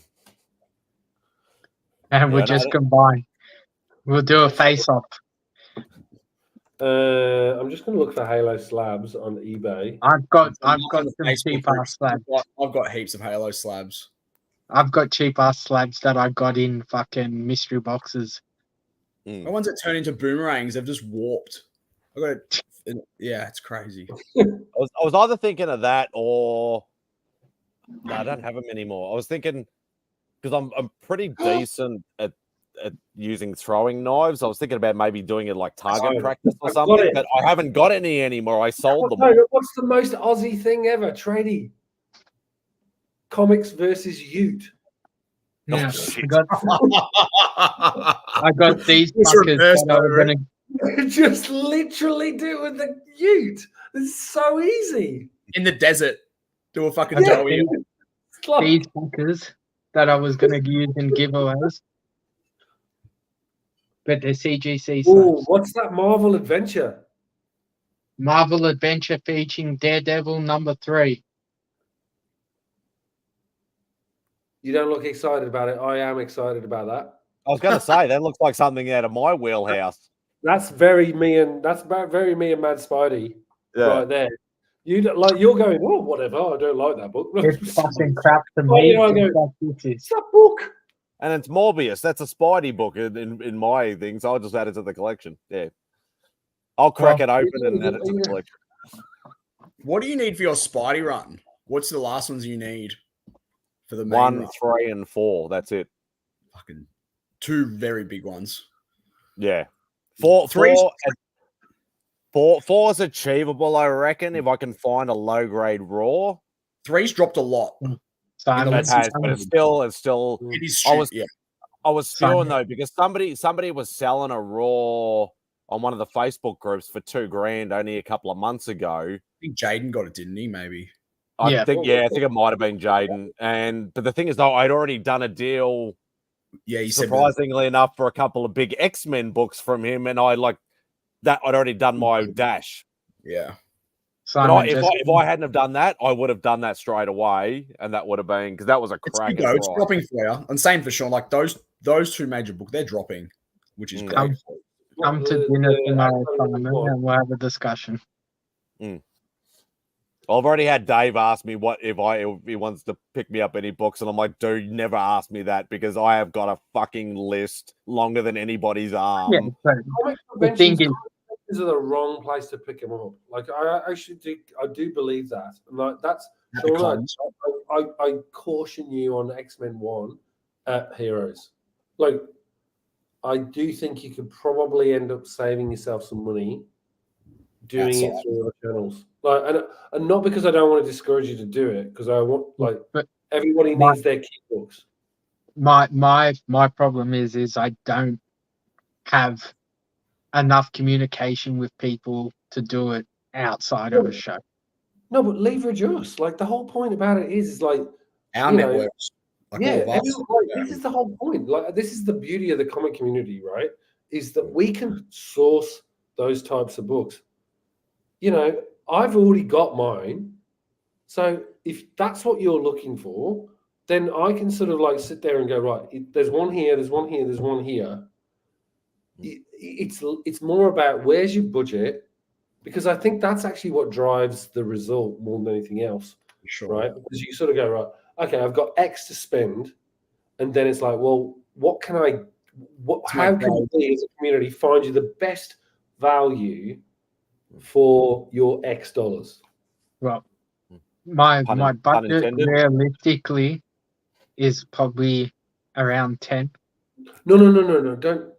You tell No, that but- us, no, but you know what I mean. I It's mean. like one of those things where Yeah. we can help you get there.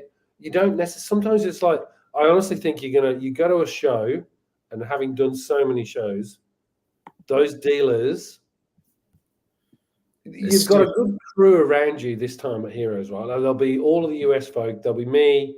We'll all be able to sort of like go in. If you find a book that you want, we'll all be able to go in and sort of pitch in terms of like, right, we want this book, and actually we can weight it up, because we can go, right, if you sell this at this price, we'll buy this. Right. But from what I've been told from like a lot of the YouTube guys like that I speak to on a regular basis, if you are gonna buy any books or any big books, Heroes is the con to do it at. It is the con to do. It is good. It is good. Dealers are good there. I do agree. They'll look after you more because you're a community. No, like Heroes is literally like think of it's a real Comic Con. Yeah, think of a Supernova size or an Oz Comic Con size venue. 90% of it is books only. Yeah. Yes, that's there's like 300 to 400 dealers alone.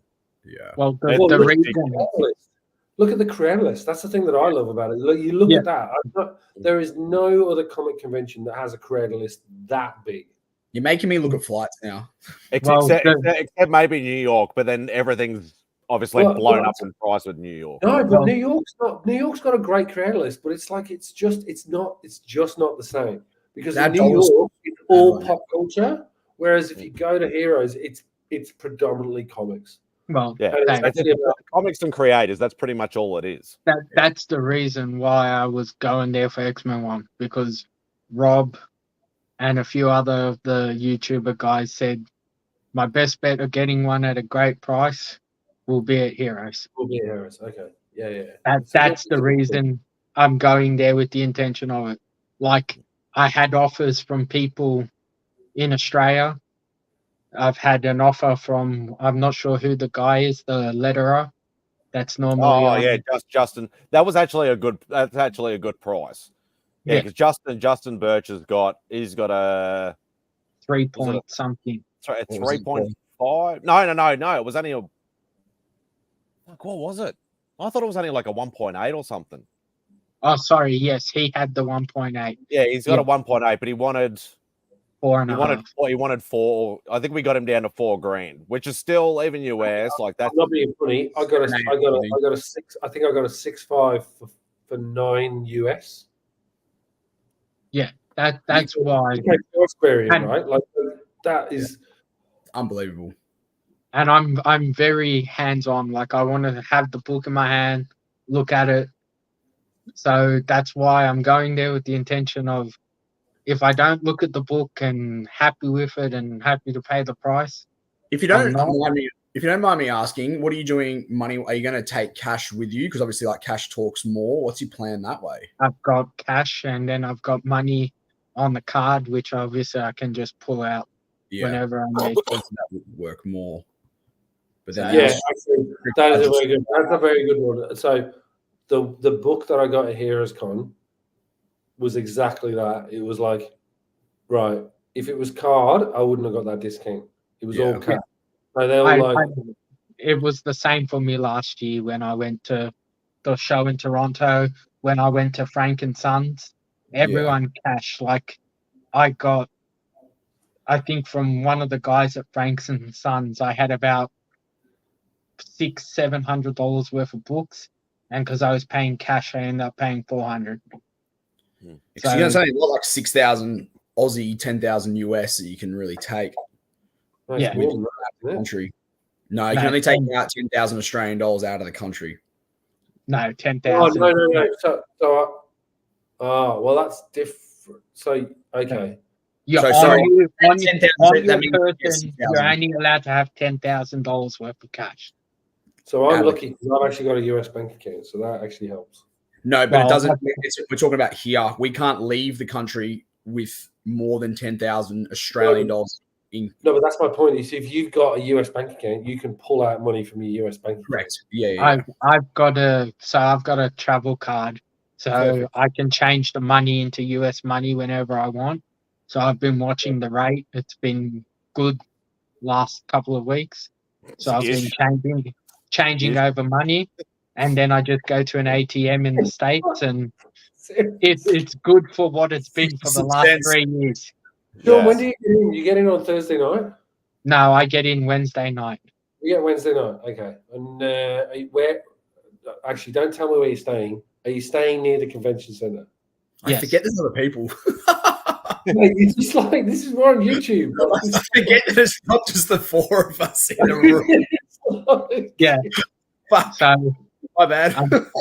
I'm staying at one of the close ones. That's what happens when you're on a hangout stream. You just start talking random shit. I forgot there's other cuts. Exactly. Sean, DM me on Insta and just let me know where you're staying, and we'll work it. I was like, why are we so private? Like, we're just it's like, oh, here's my house, here's my collection. $1 billion. Do you have a VIP ticket, Dave, or just normal? I got the VIP this year. I didn't last year. I might take it. The chat will take it. Yeah. So I got the VIP as well. Yeah, VIP is good. Like the thing is, we're getting half an hour earlier. Yeah.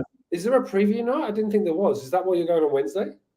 No, it was just. I don't think they do a preview night, do they? There's nothing really to preview. It's Friday morning. That's it. That's all you get. I just went in on the Wednesday to give myself some buffer time. I've never been that area of the States. Right, I'm going to send you a few bars and restaurants that you need to go to. There's one place for breakfast that is amazing. Are you doing the Friday night dinner? Yeah, I'm going to the Friday. Are you booked for that as well? Yeah. Yeah, I can't wait for that, actually. It'll be really good. Can't wait to meet Rob in person. Yeah, Rob and you're in the group. Yeah, I'm in the group. Are you on that group? That group. And Spidey, you'll love this, right? Because you've I'm in a lot of the group chats. I see a lot of the shit Rob's that like, goes on. This is the word. This is the most like Rob group I've ever been in. Yeah. He's like, do not clog my group with your crap. Yeah, all the fucking gifts and shit. Yeah, everybody. It happens with because I was thinking about starting one for Spidey's Outback. And then I'm like, but all people do is, start random talks, start GIFs and memes and bullshit and whatever. All I want to do is somewhere where I can just drop a link to people that are not into other group chats that I'm in, but people just flood it with shit. Hey, but it's beautiful what Rob's doing. Rob is like literally policing everyone and going, get off my lawn. So good. He's doing a great job, but trying to organize all those people and get that shit down. He's doing well. But you know what? And it's like, and like people are trying to promote videos on there. So I'm like, yeah. Rob's been very clear. This is about the event. Like, just do not make noise. And I'm like, literally, I've done like 3 responses in there. Like when he's asked, "Oh, have you filled in the form? Have you paid?" Yes. Thanks, Rob. Cheers. Bye. Yeah. But everyone else is like, boom, here's a gift. Boom, here's this. Boom, here's my link to my new video. And Rob's like, get off my... Fuck off, yeah. Why I feel weird asking questions, but I want to know shit about the show. Actually, Sean, that's what you should do. That's what that is actually for.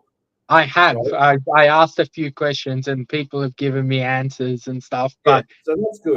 I don't want to turn it into one of those chats where it was mainly more for the dinner side of things more than everyone sitting there. I do think actually what you're saying and what you're actually like, honestly, you should do that. And I'm more than happy to sort of step in as well and like just back you up, because it should be about, because the thing that we forget is that like, a lot of us have done this stuff before, and those of us that have not need support. And I think that's why Rob set it up, because he's trying to bring everyone together. Like, that's what I love about Rob. He's like so good at like Rob and Mark have been great. Like, there's been a few times I've been on with them on Spidey's Outback, and I just ask them, and they always give me the information and shit.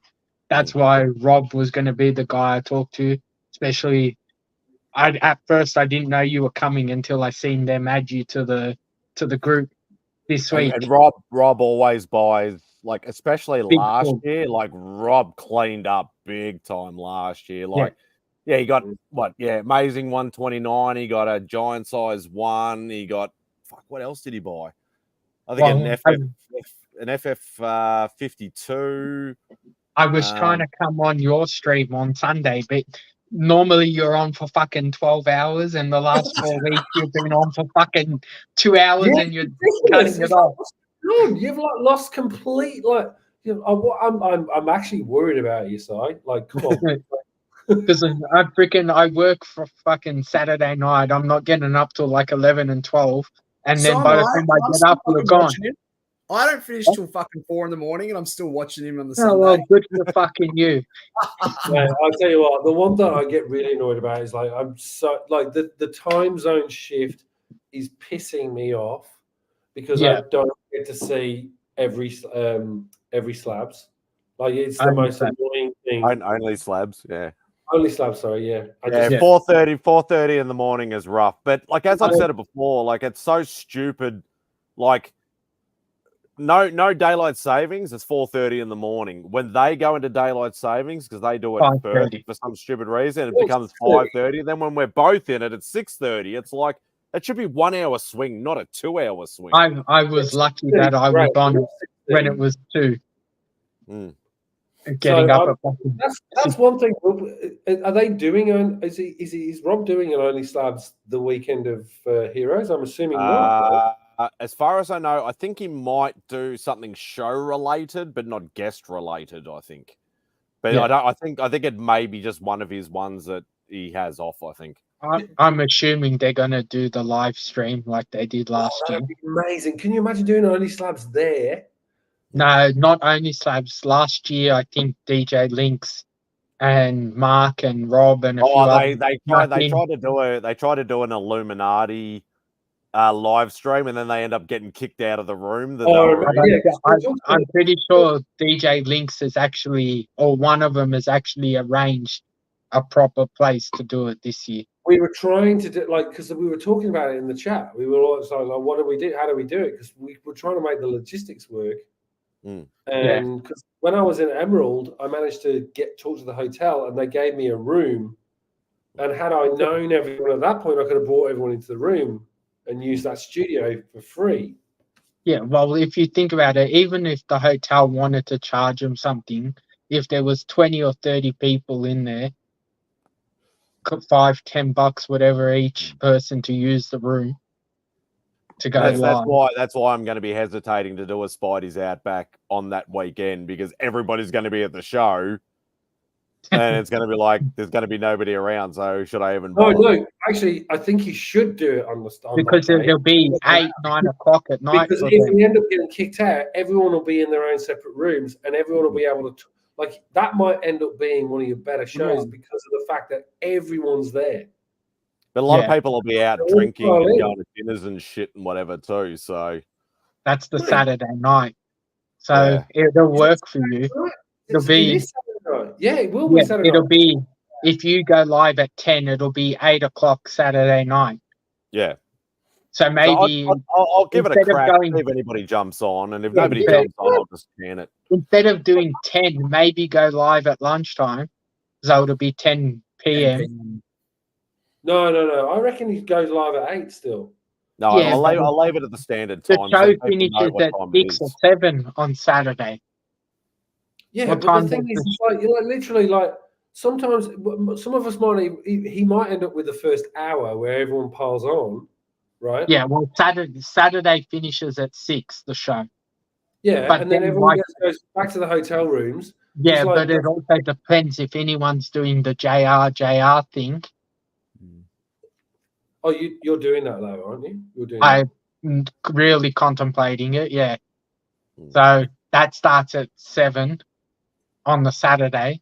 So if any of them are doing it, Well, I'll commit, Si. Yeah, well, I'll I'll come start on. it. I'll start it. I'll give it a little while. If I'll nobody give you an jumps Aussie on. flavour. I'm Yeah, his if wizard. nobody jumps on, I'll do fuck it. I'll can it. But no, that's what happened because, well, last weekend everybody just started bailing after about 2.5 hours. So I was like, Yeah. oh, well, that'll just give me a good excuse just to can it. The weekend Simple before Simon that, will I had be something Don't can on. it. Don't can it. Actually, Simon's right. Don't can it because there will be other people. Like there is. It's not every single person out there. I guarantee you I'll jump on if you're still on once I'm done. There you go. There you go. Start from there. If I do JR, because I could do the JR thing on the Sunday night because he's doing Saturday and Sunday. Yeah, the only bad thing will be is this is what I bought. This is what I bought. I'm going to be like, fuck off. Stop teasing me. Yeah, I'll get jealous. Well, Todd, Actually, you're more than welcome to book a flight. You can sleep on the Trust me, floor in my room. I've been You don't looking have at to pay flights for when we've been talking. accommodation. I've been looking at So- flights when we're talking. there's two things. There's two things, Si. There's two things you need to send me. Right, your CLZ for your. So basically, the ones that I know you need is your Invaders Run, your Werewolf by Night, your Tomb of Dracula, ASM and one. now probably your Amazing Spider-Man. Yeah, I can't afford ASM 1. I can't afford ASM 3. No, I The don't. one thing I would, if somebody Those are said to realistic. me, if somebody actually said to me, you know, like we'll try and get you one like big book, but within reason, obviously, like I can't afford a 1 or a 3.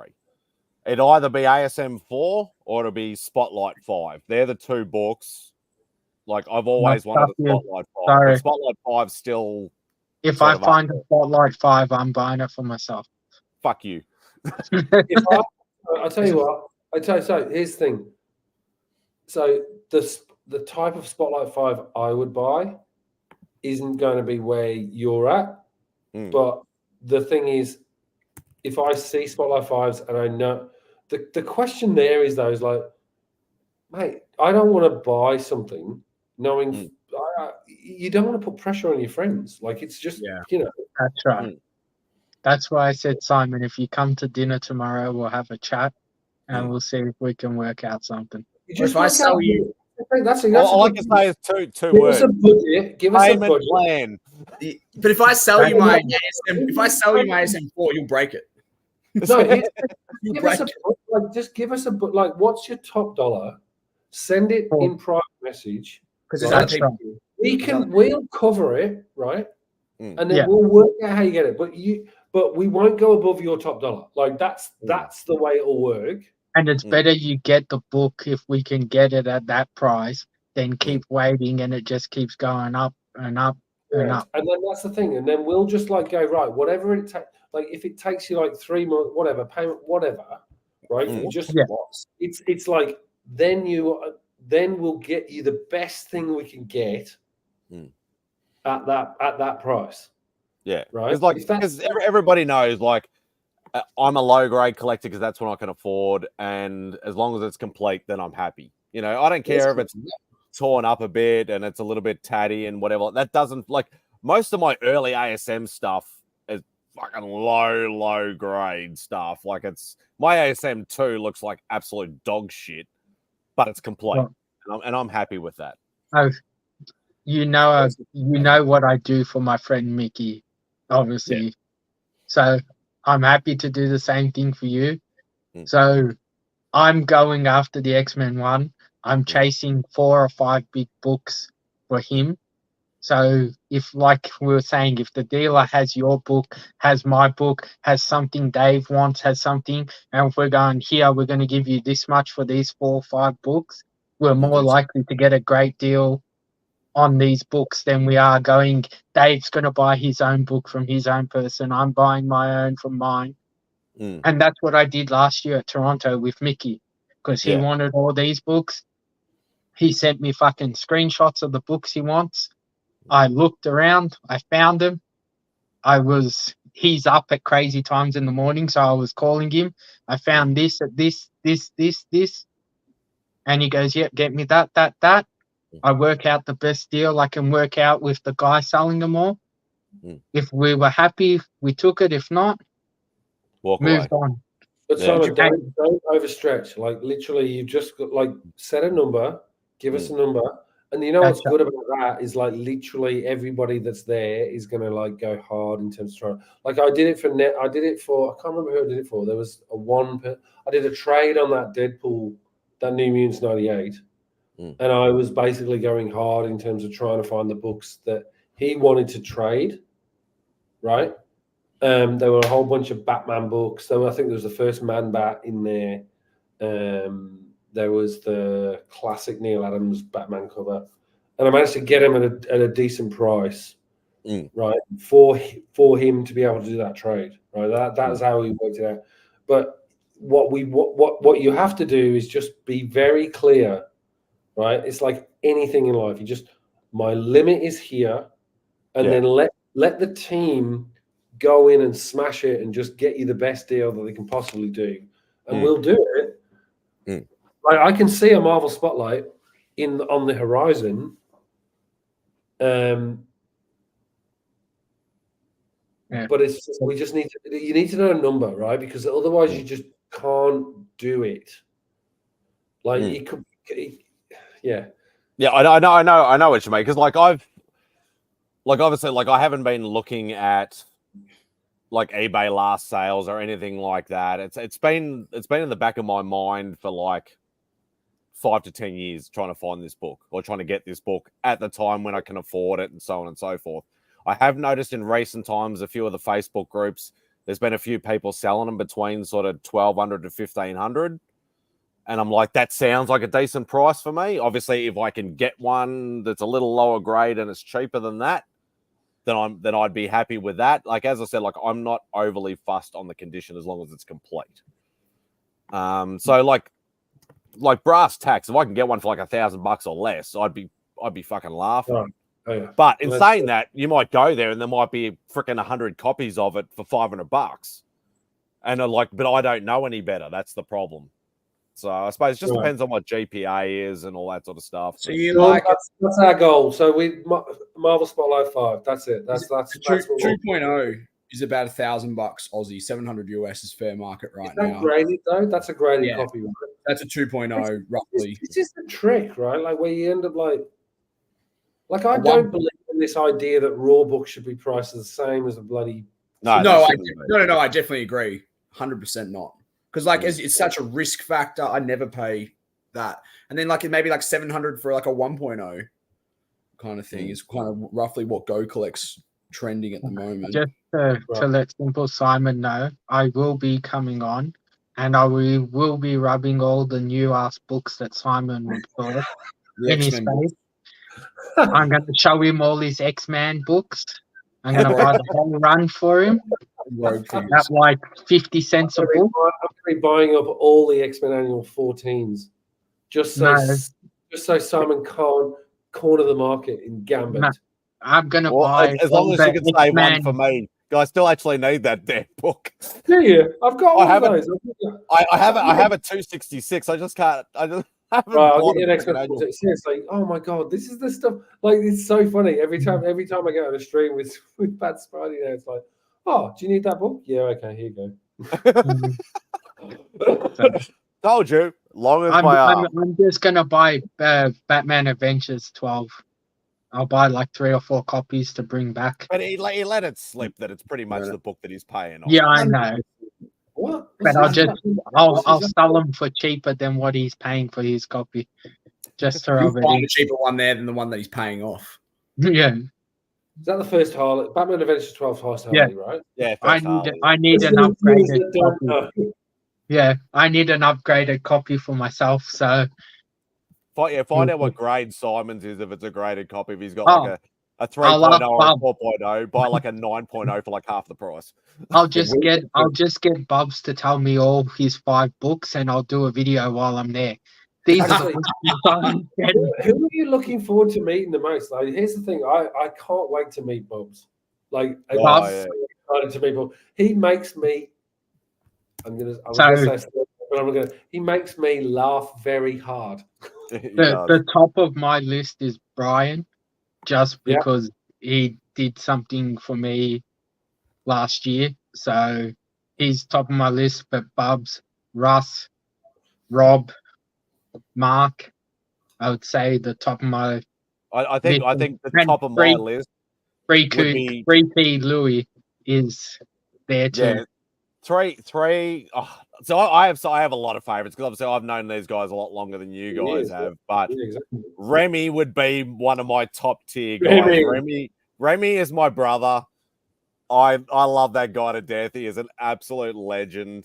I think I he'd haven't be the quite one. worked If out I was Remy. going to hug anybody, Remy would be the one I'd want to just give the biggest fucking hug to. I haven't quite worked out Remy yet. I haven't been on enough streams with Remy yet.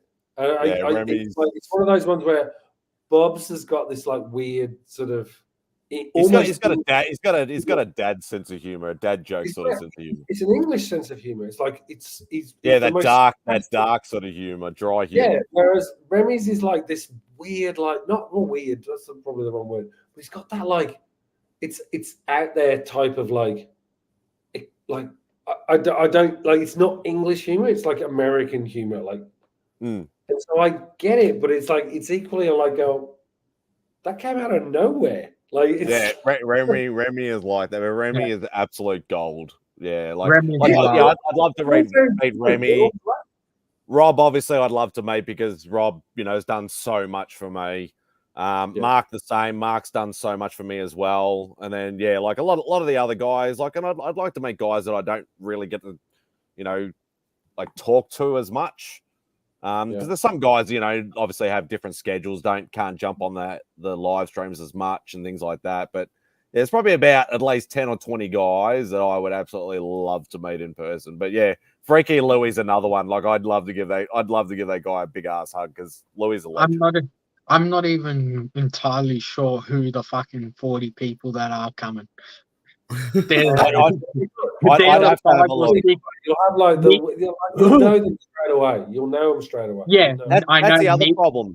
That's the other problem is that it's like you'll know their YouTube name, but you don't know their government name, as they like to call it, government name, like their real name.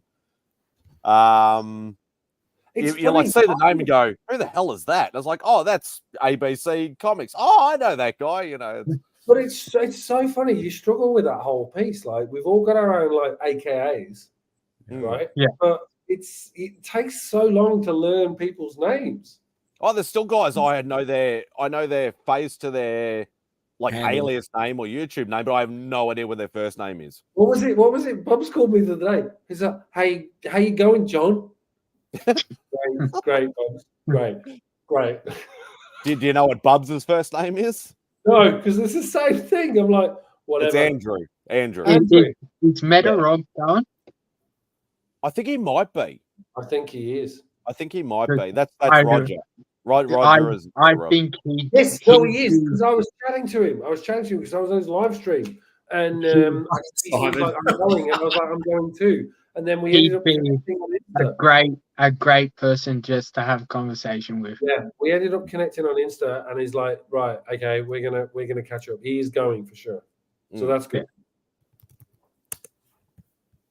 Avengers guy, there is. This is. So this is Simon's question, and there's only Avengers, Spider-Man. There's no X-Men yet, which I'm surprised because of 97. I'm working on getting a whole bunch of merch of X-Men 97. So there's a good. Maybe for Simon. What?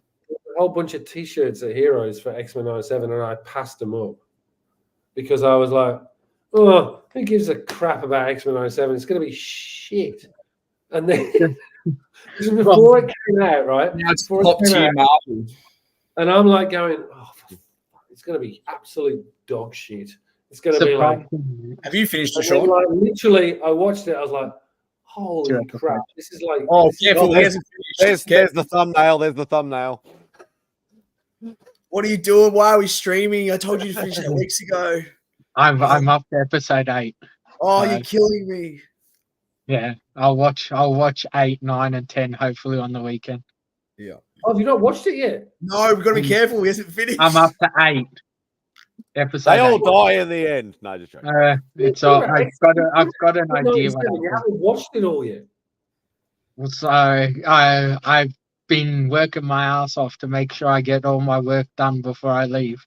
I run my own business, so if I don't get the jobs done, I get fucked over. Oh, Well, speaking of which, what are you going to be all right? What time are we looking at for tomorrow night?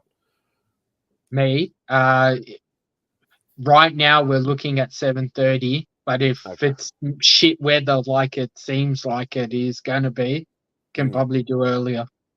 No, I'm just thinking. I was only thinking because I don't know what time because I've got tomorrow off. Yeah. But it's just more what's happening with Beck, so I'm not sure when she's actually going to be able to finish, as to what time we can get there. So, like, because Sarah told me 7 to 7:30, and I'm like, well, because Northland's about, I don't know, fucking 40-minute drive away. Speaking So I'm foreign- thinking, yeah, like if we've got time to get there in time, I suppose. Well, But it's a 40-minute drive for me too. So if there's a time that suits you better, just let me know. And Simon, 7:30. Okay. Simon, a real X-Men guy would have watched it by now. That's good. How many X-Men books do you have? Nah, I was screaming at both of you to watch it. I'd yell at he was doing stuff and I said, "What the fuck are you doing? Start watching it!" Like, fuck. Like, seriously, I can't. Honestly, Sean, I can't believe you haven't watched it. Like, are you kidding? Like, I get that you've got a day job, right? Are you kidding? But I get it. Are you But kidding? It's like literally find the time Like, I'll fuck, be this is the dead. best thing Marvel's done in fucking 5 in years. years. I'll be Winter honest. Soldier stuff, like, fuck. I'll tell you what it is. It's since So good. you don't know what happened to me last year, Dave, but the other guys do. I've just not had the motivation for a lot of this stuff. So, Fair enough. like, even we'll leave it at that. Trust me, the last three episodes, you have got the best. Like, what was it? Was it 5 that was the big one? 5. yeah, 5 was the yeah. big one, right? 6 was just a bit meh. Not meh, Seven- but still 7 good. sets Right? it up. But it's like literally those last 3 episodes are fantastic, and it's like I remember watching the last one and going, Fuck. yes. Especially as a comic book lover, like, it's best they're sticking to lore. That's the They best. are. It's so The best good. fucking thing. We'll do is this. Original combat, like original writing, like the minuscule details, and that's what's made it so bloody great. I guarantee that I will watch it over the weekend, and next Thursday we'll stream again, All right. and then we can talk properly about it. Down. And You know we'll have the I'll we'll just have bring an the- iPad. I'll bring an iPad to dinner, and I'll just make you sit there and watch it.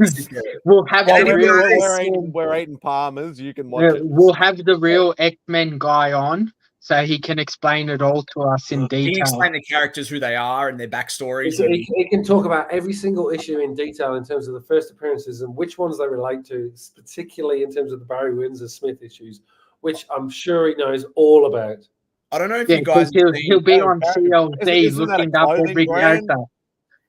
have you seen that YouTube video that's going around, and it's like they've gone back at the beginning of the MCU, and there's like all the interview creators, and they're like, what do you think about the comic books? They're like, yeah, we've done the material for like Winter Soldier. They were really all about the material. And then you go to the last 5 years and all the people are like, nah, never read that, never did this, didn't read any material. And it clearly shows why the MCU went downhill. Yes, that's exactly. I was actually going to make that point. Is one of the things that's Give me a so second. cool about it is like X-Men I'm gonna get a charger because my phone's gonna die. All right. X-Men 97 has really highlighted to me the gap between what's happening at Marvel 1000%. Cinematic versus animation. It's like they are, And they Nailed. started this. I think the first time they did this was the Mandarin, Yeah. right? In terms of like Iron Man, was it Iron Man 3? Iron Man 3, right? Yeah. Iron Man With 3. Travis Slattery. They were faithful up until that point. Then they did that bait and switch thing, right? Correct, and then suddenly that sort of like enamored them in terms of, so they moved away and they brought all these creators in there. So they were like, oh, we don't care about the law. We don't care about canon. Yeah. Right. And so they've suffered. And that's the thing. It's been this whole sort of like decline. But DC even did that because DC's animated movies have been fucking fantastic all the way through. And the movies have sort of been like this. But that's what blew my mind about Into the Spider-Verse and all that Sony can nail that like this, but then you have Morbius and everything else. How funny is that? So, but again, it's the same thing, right? Why is it animation gets it right? Yeah. And I think they believe they can stick to law in animation more than they can in live action. At the end of the day, don't forget movies are cinemas, and it's got to be generalized in what I call Hollywoodized. That's very true.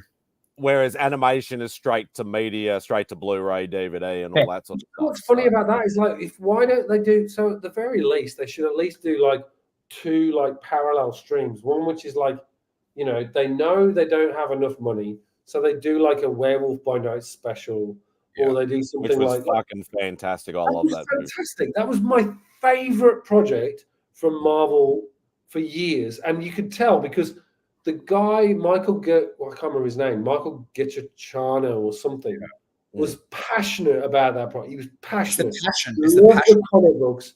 He loved horror. He was like, right, I'm going to make. And that was the big shining light of that whole Marvel Phase 4 because someone finally cared about the source material. That's what they said about this guy who did X-Men 97. He said multiple times, this has been his whole creation in life. This is all he wanted to do. He loved X-Men so much and he's read every comic. That's his life. And then they go and fire him because he's got OnlyFans. Like, what's the OnlyFans thing? Like seriously, what did he do? Like, what? Like, who cares though? But like, get over it. Like, he's the best thing. He's saved Marvel, and then it's crazy. Yeah, but that's a good point. Is Deadpool going to fix everything? I don't know if it will. Like, I love Ryan Reynolds' Deadpool. But Deadpool's now classified as MCU material because it's it's that side of the property. So are they going to go? Are they going to go far, but not far like the first two? And they're going to cut it back? Or Ryan said they're going further. They've literally pushed it more than the first two. They're really pushing the boundary. So cross fingers that I reckon that was his deal, right? Like you get the sense from him, it was like, you want me to do this, then you need to give me freedom. I mean, that's the thing. Even in I give Ryan Reynolds credit for this. He's like, you look at what he's doing. He's pushing back at Kevin Feige. 1,000%. He's like, no, we're doing this. Like, what was it like? Pegging. It's not new for me. Amazing. It's for Disney. Yeah. But Hugh Jackman said the same thing. He's like, Logan was outstanding. It needs to be at this level and higher for me to even consider it. And like, they are showing the violence. They are like going nuts. Or like the ad. It's like, hey, Hugh, do you want to play Wolverine one more time? Yeah, why not? No, but it's the only way they're ever going to get Wolverine. Like, and that's probably the way Ryan pitched it to Feige. He's like going, if you want me to bring Hugh Jackman back for one last time, you need to give me creative freedom and let me and Hugh do whatever we want. And you know what? It might mess up, but I'll tell you one thing that I love about those guys is at least they have the meta view of what it is they're trying to put together. And I actually, whilst they're not being true fans, they care about the fans. They care about the characters not to jeopardize what they've done. Yeah. Well, that's why it took like Ryan Reynolds, what was it, fucking like almost 10 years just to get Deadpool movie to get started. He tried so hard to get that going. Yeah, but look what he did the first time he played Deadpool. He knew everyone. No, but that wasn't him. So that's why everyone was hesitant to do a Deadpool movie.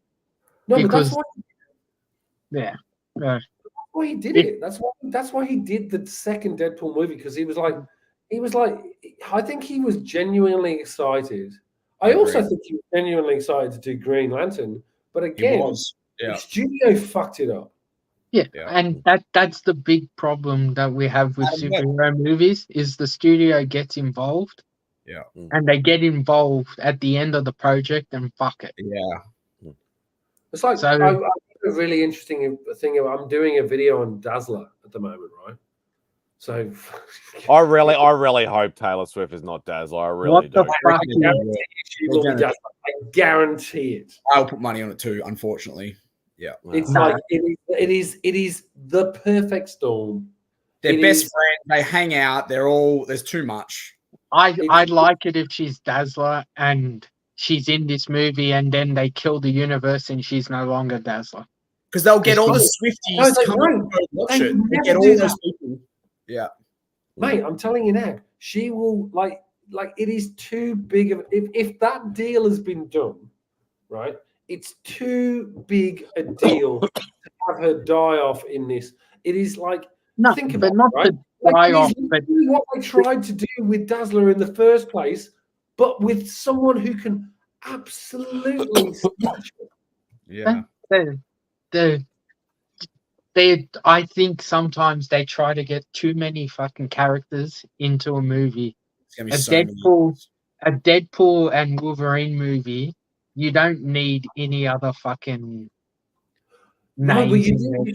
so she dies in the main movie, right? And then you have a post-credit scenes where it's like, Dazzler's not really dead. She's in the main MCU. Yeah, And then but I don't want fucking Taylor Swift.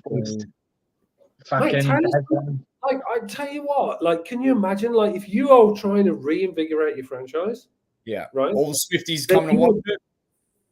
Yeah, You're but gonna- the problem is they're gonna come for her. If she's not in the movie, They just they're want- not gonna be watching the other movies. No. So No, they but that- don't, but- unless no, they no. plan and But that's the point, right? It's That's like, you know, serious. at the end of the day, it's at the end of the day, it's all about money, right? Simon. Hang on, careful. He hasn't finished. Shush. right. Yeah. Have you seen the Oh. trailer with Hugh telling him off for the mobile phones in the cinema? No. No, I've only seen the one with the beer can. Nah, there's you know like how you go in the cinema and they tell you to turn the mobile phones off. So they're playing it right now in the cinema, and Hugh Jackman fucking loses it at the crowd, saying turn your fucking phone. And Ryan as Deadpool is trying to control him, like dude, just relax, it's okay. And Hugh is fucking losing. He wants to jump through the screen and beat everyone up for their phones. Fucking classic marketing. Really Brilliant. clever. Have you booked your tickets, Todd? This is fully me. This is me for this. I'm in Greece and there's no fucking cinema, and I'm gonna have to leave mainland and go find it and block.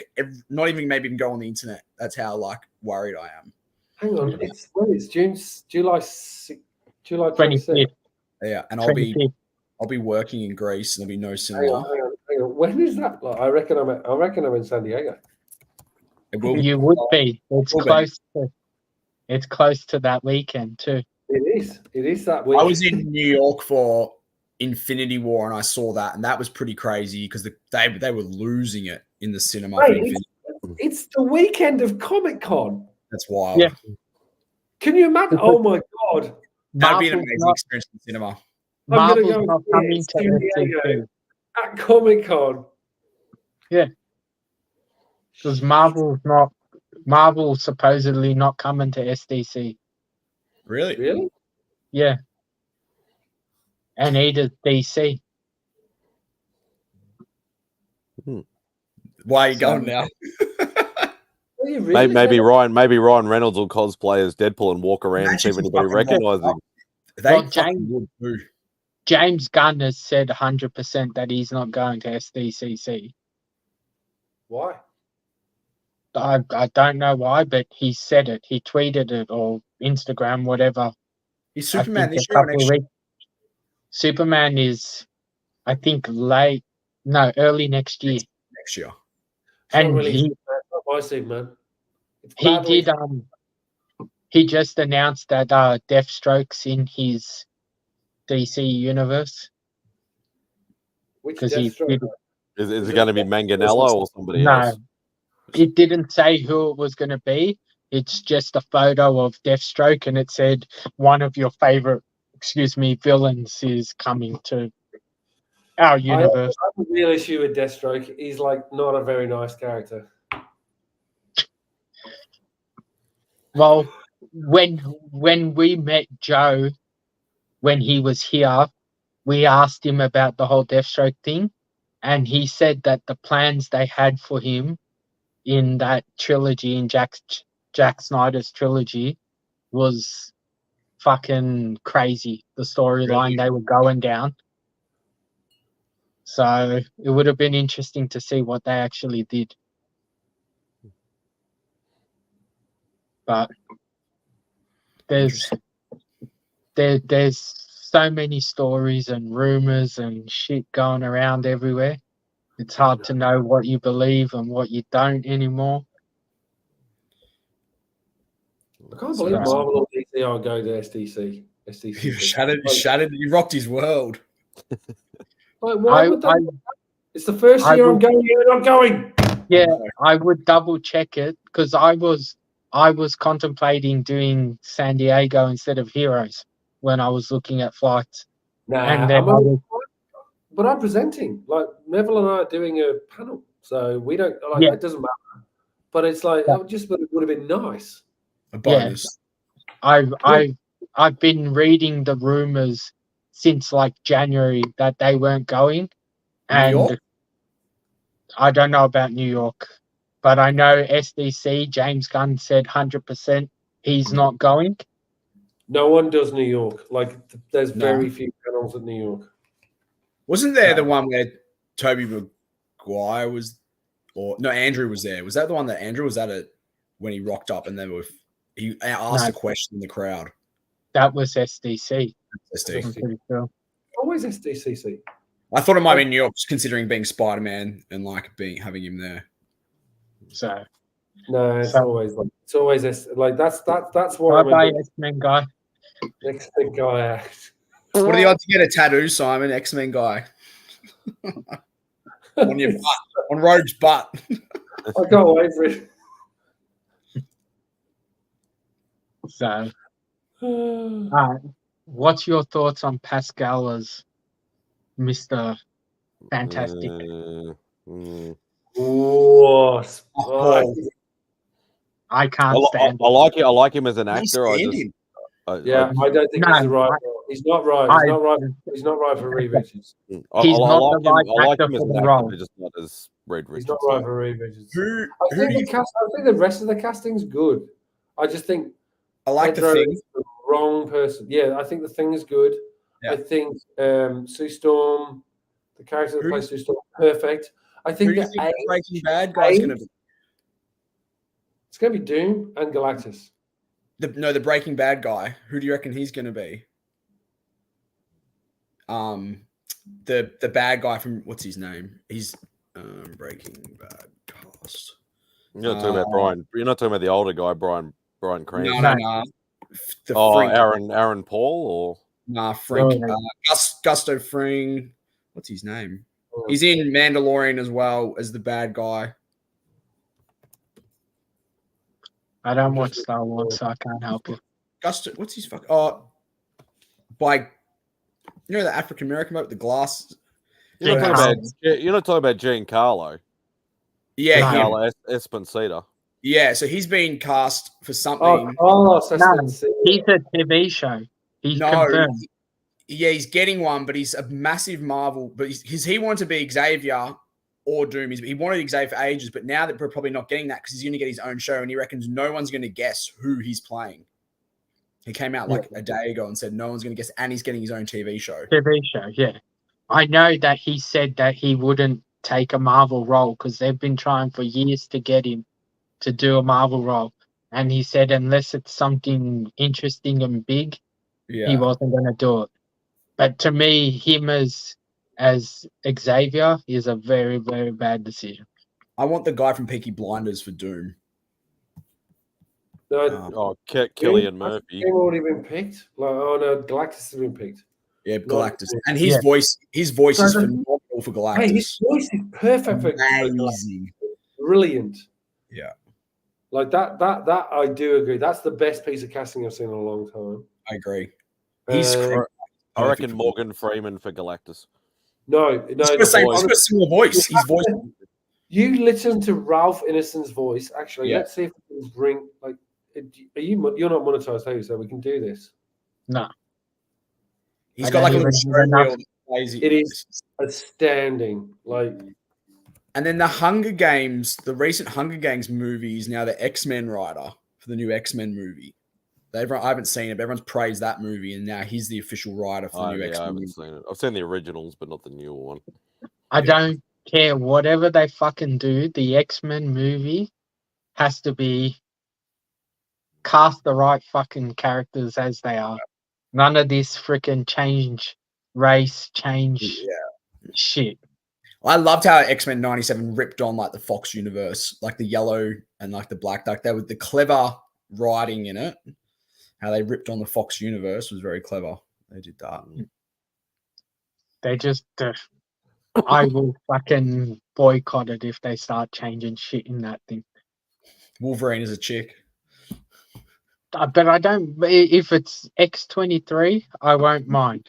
But Yeah. don't go fucking making Wolverine a black guy and Oh, like they're fucking- doing with they're doing Charlotte Bell, Silver Silver Surfer Surfer. instead of bloody Norrin Rad Silver No, Surfer. but like I properly. don't care if they do that. If they pick a different version of the character, is fine. So if they did X-23 as the Wolverine style character in the movie, that's fine. But don't go change Wolverine Logan into a freaking Oh, African I get- American or 23. an Asian guy or a Latino. He's a white guy. From Charles Canada. Xavier's a white English guy. Just simple.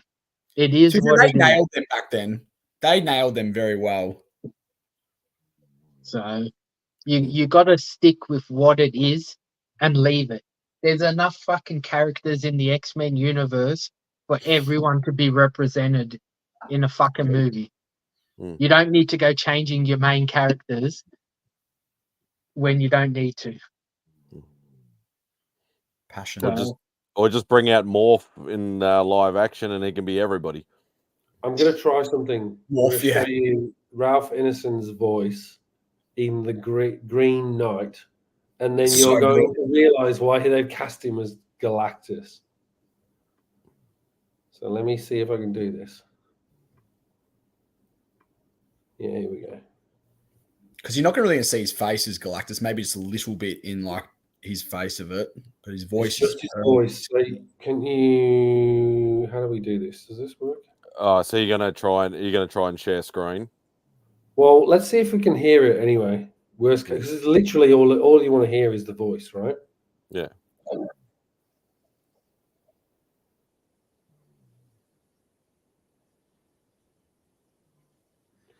Did you get that? No. No. No one Not heard at all. it. That's You brilliant. can tell you're playing it, but it's like nothing. Yeah, you hear it go blue blue, and then that was it. If it's a clip, you'd have to share screen. It is. I tried to share screen and it doesn't want to do it because it's obviously trying to protect something. I don't have the paid version either, so Oh, that might be it. That might be No, it. you should still, because I was sharing stuff when I had the free one. Yeah, but I don't think. Can you share it? YouTube. But I tab? think something might be wrong with some of your settings though, Sean, because I was trying to leave comments through StreamYard and it kept saying it was failed, and then I tried it with my phone, and it still said it was failed. So whether you've accidentally blocked me a somehow, second. or I've done So comments on StreamYard tonight. yeah, you've been all right, but I've tried letting I've comments. got just no saying it's band failed. guests. Sean, I'm going to send you a link. Try this. Right. Just put it in the private chat. Yeah, I'll put it in the private chat, and then I'll tell you the timestamp, and see if you can share this. So the timestamp is. The timestamp is 1:43. He just kicked himself out. No way. Oh, now it's working. I Is bloody it? just no my your writing chat. writing a comment. Yeah, yeah, now it's working. So, it's weird. What's We he I got? reckon- we can't add it in, can we? Don't think Yeah, so. it's in the chat anyway now. If you want it, and then it's like 143. For some reason, it's showing, but it's not letting me display it. That's right. Myself. It's Ah, back. Stupid ads. It's actually the better. Like, it's a shame because it's like the reason, and it's so funny. You watch The Green Knight, and honestly, you hear his voice is like so. Perfect. Most people talk like this, but it's down Yeah. there. For Where did Galactus, you- that's what you need. Where did you send it to me? In private It's in the- chat.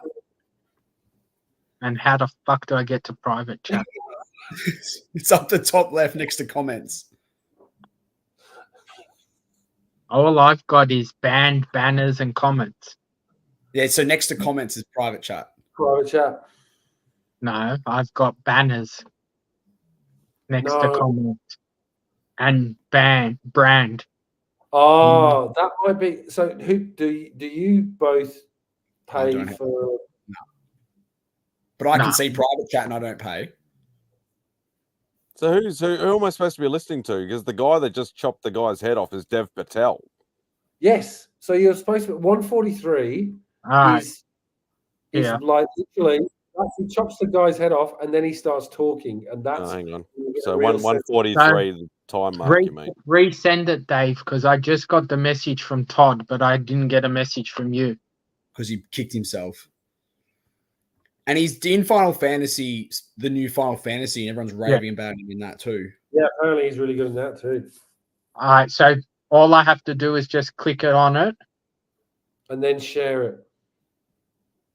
So Share it. actually, That's not bad. He's got a very deep voice. exactly. That's my point, right? Like it's like, Think of that big fucking tone of him. Yeah, it's gonna. can you imagine? Like seriously, you'd imagine like that's the thing. You can imagine that massive helmet Yeah. and him going, "I'm going to destroy Galactus of the eating. world." Yeah. Just give me Doom. I just want a real good Doom on the big screen. Can't fucking wait. I don't think you're gonna get. I don't think you're gonna get a tease of Doom in the He first just movie. kicked himself out again. Keep doing. When do you reckon we won't get Doom till when? You reckon? I reckon we won't get Doom until. Well, it all depends on how they're going to pivot. Like, do they recast I know. Kang? Because I think it would be an absolute waste not. No, they've to. already said they're not doing Kang at all anymore. It's done. That's dumb because like literally they're going, oh yeah, we're basically going to put Kang down as a failed experiment in Phase 4. Yep. And that's it. Is that the way they're going to treat it? And then they think that's why they were going to pivot then with Doom to start Secret Wars, because we could even get, I reckon, maybe a 1% chance we get a little teaser of Doom, because they've teased him obviously in the comic at this trailer of Wolverine. So there could be at the very end maybe that next type of thing of Doom afterwards. I don't know. Spotty, just actually, Sean, make me small. I don't like being big.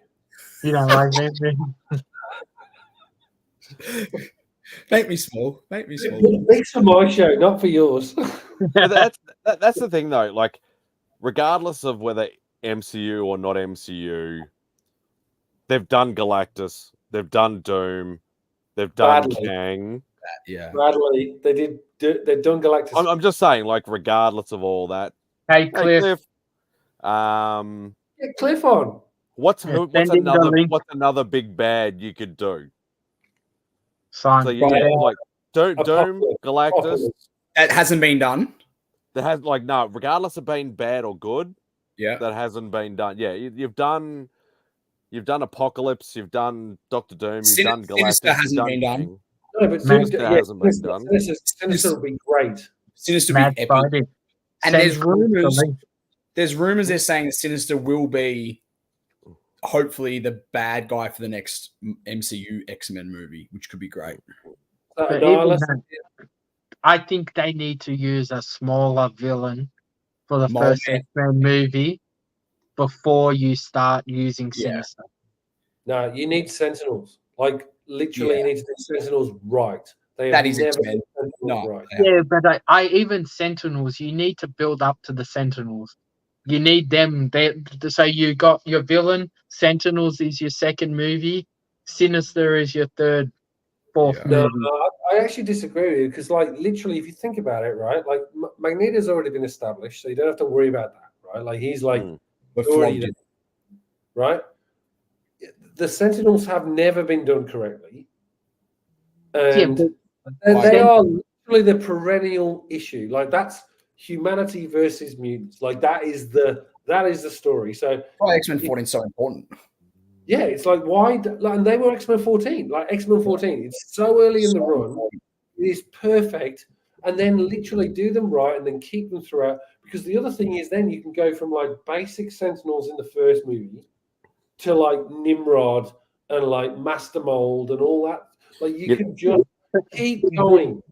that if you want the X-Men to be like the whole Marvel universe, It will long be next. form.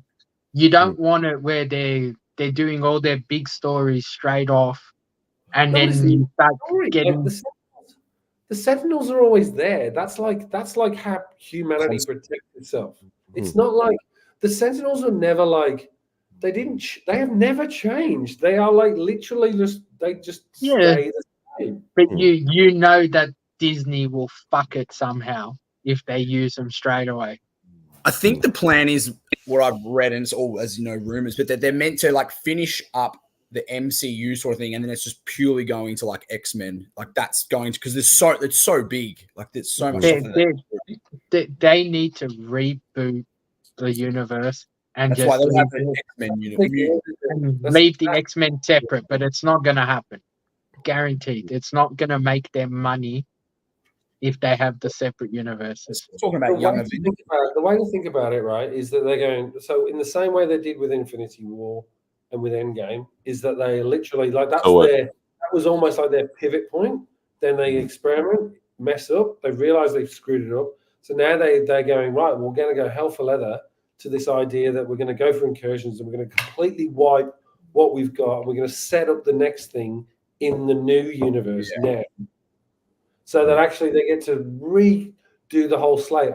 I wouldn't be surprised if they recast Captain America, Iron Man all over again post Secret Wars. I just saw a rumor actually posted that they're looking at a possibility of bringing back all the original Avengers cast who are all out of contract. For Secret Wars. Chris Evans is already agreed. He's coming back. They're even saying that Chris Evans might even come back as the Torch in Deadpool. Because my thing is if you're going to redo this shit, you either do everything or nothing. It's the same with DC. There's no point saying you're rebooting, you're redoing everything, but I'm keeping this character and that character and this fucking. Well, why would you have the Fantastic Car in Deadpool? Like it's been seen in the trailer. If you're not going to feature the Fantastic Four, like why? I reckon Chris will come as the Torch. I reckon that's what's going to. Yeah, but that's the whole point. That's right. But it's all good to do that sort of stuff. But if they're really going to do Secret Wars, reboot everything, and do all the shit they're saying, you reboot everything. So new Fury, new Iron Man, new fucking Captain America, the whole lot. But do you think before that, that's what they'll do? But do you think before they reboot everyone that they're going to miss such an opportunity to do X-Men versus Avengers? There's such an opportunity to do but that. Then it's the stupidity of it. Why would you start introducing your Fantastic Four and all these new characters if you're planning on rebooting? That's true. No, because that's the stream that takes. So in the same way that Secret Wars in the comics took a whole book, like the reason why Secret Wars, like the second series, the Jonathan Hickman one, right? The Fantastic Four are the ones that end up saving the universe and just coalescing everything down into one and making it one single universe. But then you can. Sorry, finish. That's how I reckon they're going to do it. I reckon that's their plan. They're going, right, we bring the Fantastic Four in. They've been like I still believe that they are. It's going to be set in the 60s. They're going to disappear. They're going to disappear, right? And then they're going to suddenly be introduced to Secret Wars as like they've always been there, but they've never really Been That's there. the reason why they weren't there for. If they're gonna do that, obviously it's all good. You can keep the Fantastic Four, but then you can't be chop and choosing with all the other characters who you want to keep, who you don't. Because for us, we understand the whole way it works, but the random people are not going to understand. Oh, the Fantastic Four saved the universe, and this person survived. That person didn't. It's just. Yeah, who knows? I mean, again, Like, they've created a monster for them. They've created a monster for themselves.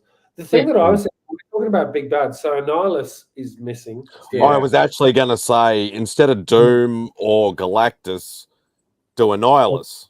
You've Or, also got Cliff's choice. Right? Yeah. Okay. I'd love to see. And have you ever? Did anyone read Avengers Academy? Not Avengers Academy. Avengers Arena. That was a brilliant book. So that was the idea behind it was like Hunger Games, but for superheroes. And it was all these like X-23 was in it. There was all these young Avengers kids, right? That were like in either the Braddock Academy or Young Avengers, and Arcade takes them, puts them in his world, and instead of like being crappy usual Arcade, starts killing them, like actually properly killing them. So is it almost like a contest of champions sort of thing? Yeah, it's Contest of Champions. It's one of the best runs by Dennis Hopeless. It was unbelievable. The second series wasn't as great, but the first series was just amazing. And if you can get it in trade, go get it, because it is, X-23 comes close to death. All of these sort of like young Avengers, just most of them die. We get a new Bloodstone character. I can't remember the name. It's like Elsa's younger brother, who has this weird ability where he suddenly becomes this monster, like just transforms into this monster. So the one thing that the Bloodstone family are actually fighting against is the thing that he's become. Just such a great title. And I'd love to see him do that. Is like, you've got this academy, and then they get kidnapped by Arcade, if Arcade was in there. The other villain that we haven't seen, which makes doing Secret Wars, why are we not having the Beyonder? Yeah. Exactly right. Yeah, they might need to go like cosmic big. I agree. Like obviously we've had Galactus and we've had Thanos, which would be both classified as cosmic big. And you got so many big cosmic entities that could be. I'm not even going to count Ego in there because that's just whatever. Yeah. But even if they go in cosmic big, they can build the character up over the first movie with your little sub villain who is the main villain, and just have them in the background and build up these characters. Yeah. You want your big threats like that to be perceived as a big threat, not they're in this movie and then freaking they're not dead. Even if they're not dead, you don't see him again for ages. Like what they did with Thanos, they just kept building him, teasing over the movies, and that's what you want from your Galactus and all these bigger villains. Even with the Sentinels, to me, that's what I would think. You might hint to the Sentinels in the first movie, and you have them as your main thing in the second movie. Give yourself a chance to build your X-Men team. Everyone knows Magneto and Professor X, but all the other characters, their stories besides Wolverine have been up and down in the movies. So build your team. Ultron right as well. Yeah. I street level though, like I'm just praying they survive and make Daredevil right. Like that was one you didn't. Did you like the original? I love the original. Netflix was fucking top tier, outstanding, and I just that was the best of the lot. Loved it. Frothed it. Like, Netflix doesn't give a fuck about anything besides the ratings. But so Charlie does. But they nailed those series. Even Iron Fist, right? Like as much as I hated the fact that the actor didn't give a shit, they at least tried to save Iron Fist in season 2. Yeah, right. they- But my take on Daredevil is that they've like. But Iron Fist was the worst of the lot, though. She-Hulk. The minute they got him in that series, but Charlie Cox is even. Echo, they didn't do anything with the character either. Like the Echo show was just crap as well. Charlie Cox just came out the other day and said, because they originally had finished Daredevil and then they scrapped it all. And Charlie Cox said how sickening and worried he was with the original batch that they've just done, and now how happy he is with this. So at least he because they're doing Born Again. And then they've now gone from 18 episodes to 9 episodes. So they've like not trying to just rinse and saturate. So hopefully, I agree, it probably isn't going to be the Netflix level, but I just pray they don't fuck it. And like Punisher's come back, like he's a phenomenal actor as well. And he's still the original. That was a good series too. Punisher was the love Cox has for playing Daredevil. I agree. Like when I met him last year, and just the way he talks, about being the character and the stuff, he has an appreciation. He's like Ryan Reynolds. He's like Ryan Reynolds, appreciating. Even Vincent, when I met him last year, was the same.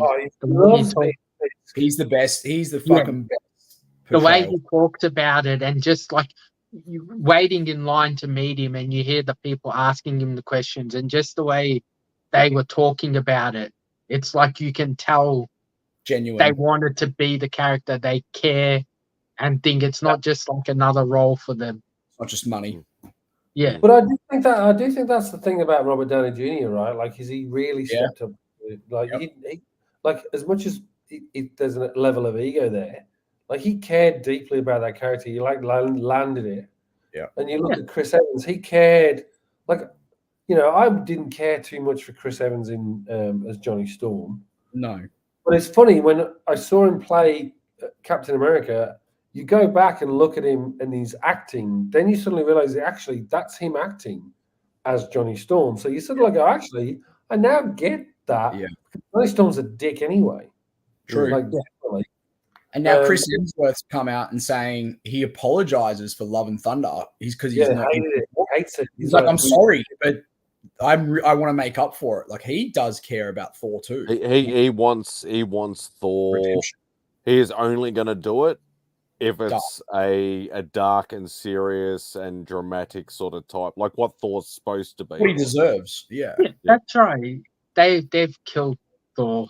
They've made him into a joke. No, I disagree. I actually think they can save it, and I actually think with someone like Chris Hemsworth who does care about a character. Yeah, so many, like, they could redo. Like, there's no reason why. Like, the thing that the Thor was at his best in Endgame.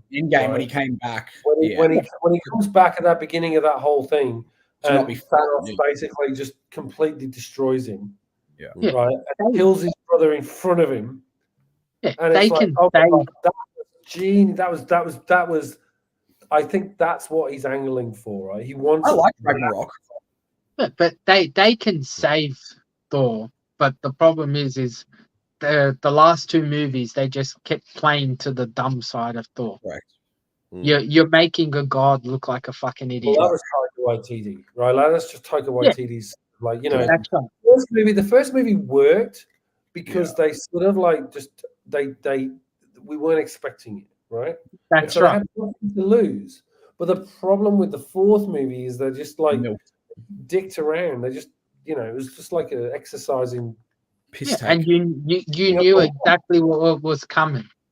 Yeah, well, with Ragnarok, the reins were on a little bit with Taika Waititi, but in Love and Thunder, he was given full directional control, and he just let loose with the stupidity. They also ruined the story. Like, I actually had no problem with Jane Foster being the Jane Foster Thor, Mighty Thor storyline, but they wasted it. They didn't like. It was like, she's suddenly Thor. It's like, come on. Like, and now she's dead and she's back. Transition.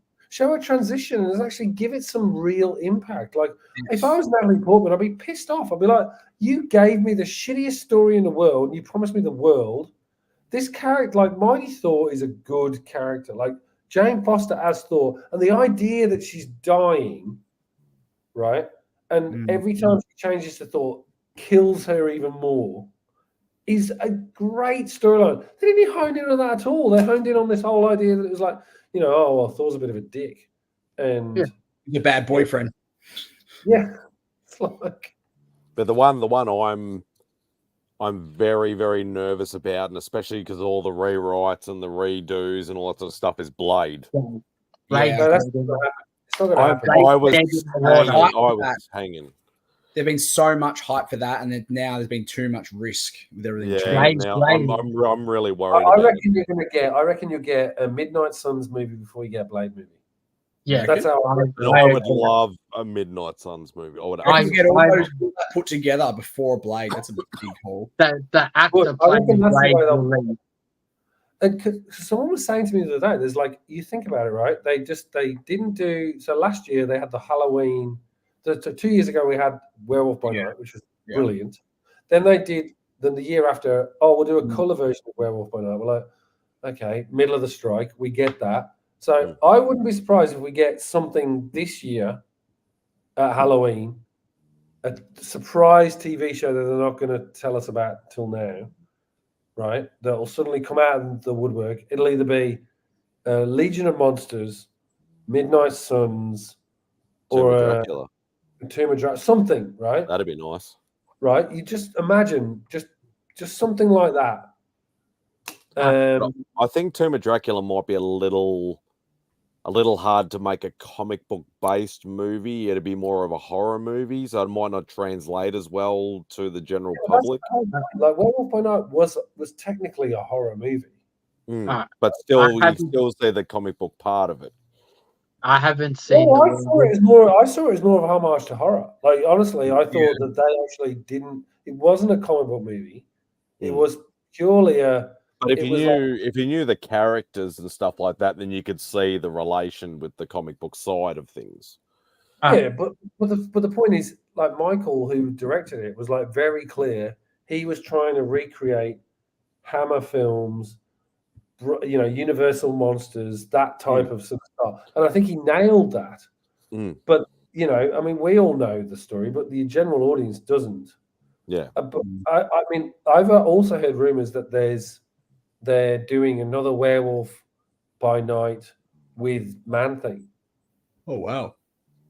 I really loved Man Thing, and that he was so funny. Mate, and I love the fact they called him Ted. There was this that's the thing. Sometimes that's the stuff that they get right. Is little things like that when they, when I heard him say he really likes it if you call him Ted in that movie, in that episode, and I'm like, and it was like I remember sitting there, and the fanboy in me was like little shed of tear down down my eye because just those little Easter egg like nuances that help it go along a bit even better. Makes a big difference. But it doesn't. But no, what your average Joe doesn't need to know that. But then that gives so much fan service. Just that one little line. It's like X-Men 97 where they say like, "Would you expect black latex instead of yellow?" And they just ripped on Fox, like fucking smoked them for that. Yeah, I love that line. Very, very good. I need to watch that again. I haven't watched it in a while. 97. No. Werewolf by Night. Well, I haven't seen it. Is Well, it but is it something that you think if they keep going with these characters, it's tying in with the main universe, or something that'll sit separate? No, it could tie in with Blade or a Midnight Suns or something like that, but not necessarily tie in with the main MCU. Sort of thing. Yeah, I think they've done, and that's deliberate, and I actually don't blame them for doing that. It's good, and if you're going to watch it for the first time, watch the black and white first. Yeah. So if you're going to watch it again, watch the color. Well, I've watched both multiple times, but I haven't watched either of them for for a few months. Color one, I love the color. The color one's great. The thing that I always loved when I watched it the first time, is that corridor scene with the guards, and I was You can very say- Oh, surprised. like the corridor that like leads into the main room. Yes, Sort of and it's like and the and I'm not going to give it away, Sean, because it's like is that I was not expecting there to be the things that landed on the camera.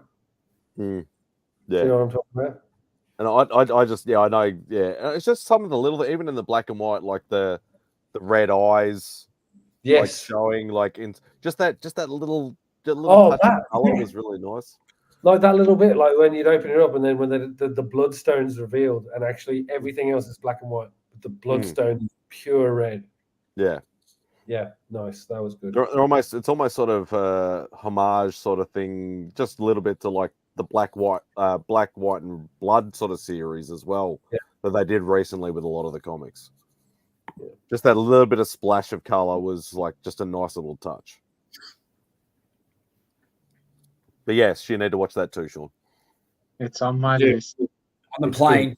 On the plane. Download it, watch it on the plane, and then we Well, can. like, that's what I'm planning to do. Download a whole lot of shit because I got fucking 24 hours on the plane. So Airports. got plenty of time to kill. Edit some videos, watch some shit. Then I'll have freaking all the time in the hotel after the show and shit when I'm by myself. See Am what I happens. seeing 4 different Nintendos? 6. No, That's there's like 4. There is 4 there. Yeah. the colored ones. Sheesh. Well, these are the clear plastic ones, right? The transparent ones. Yeah. Yes. Sheesh. Are they all sealed? Not sealed, but pretty mint. Yeah. Jeez. Yeah, so I look like I have a lot of shit behind me, but no one knows how much shit this guy has. That's impressive. That one is impressive. I'm like going. So Nice.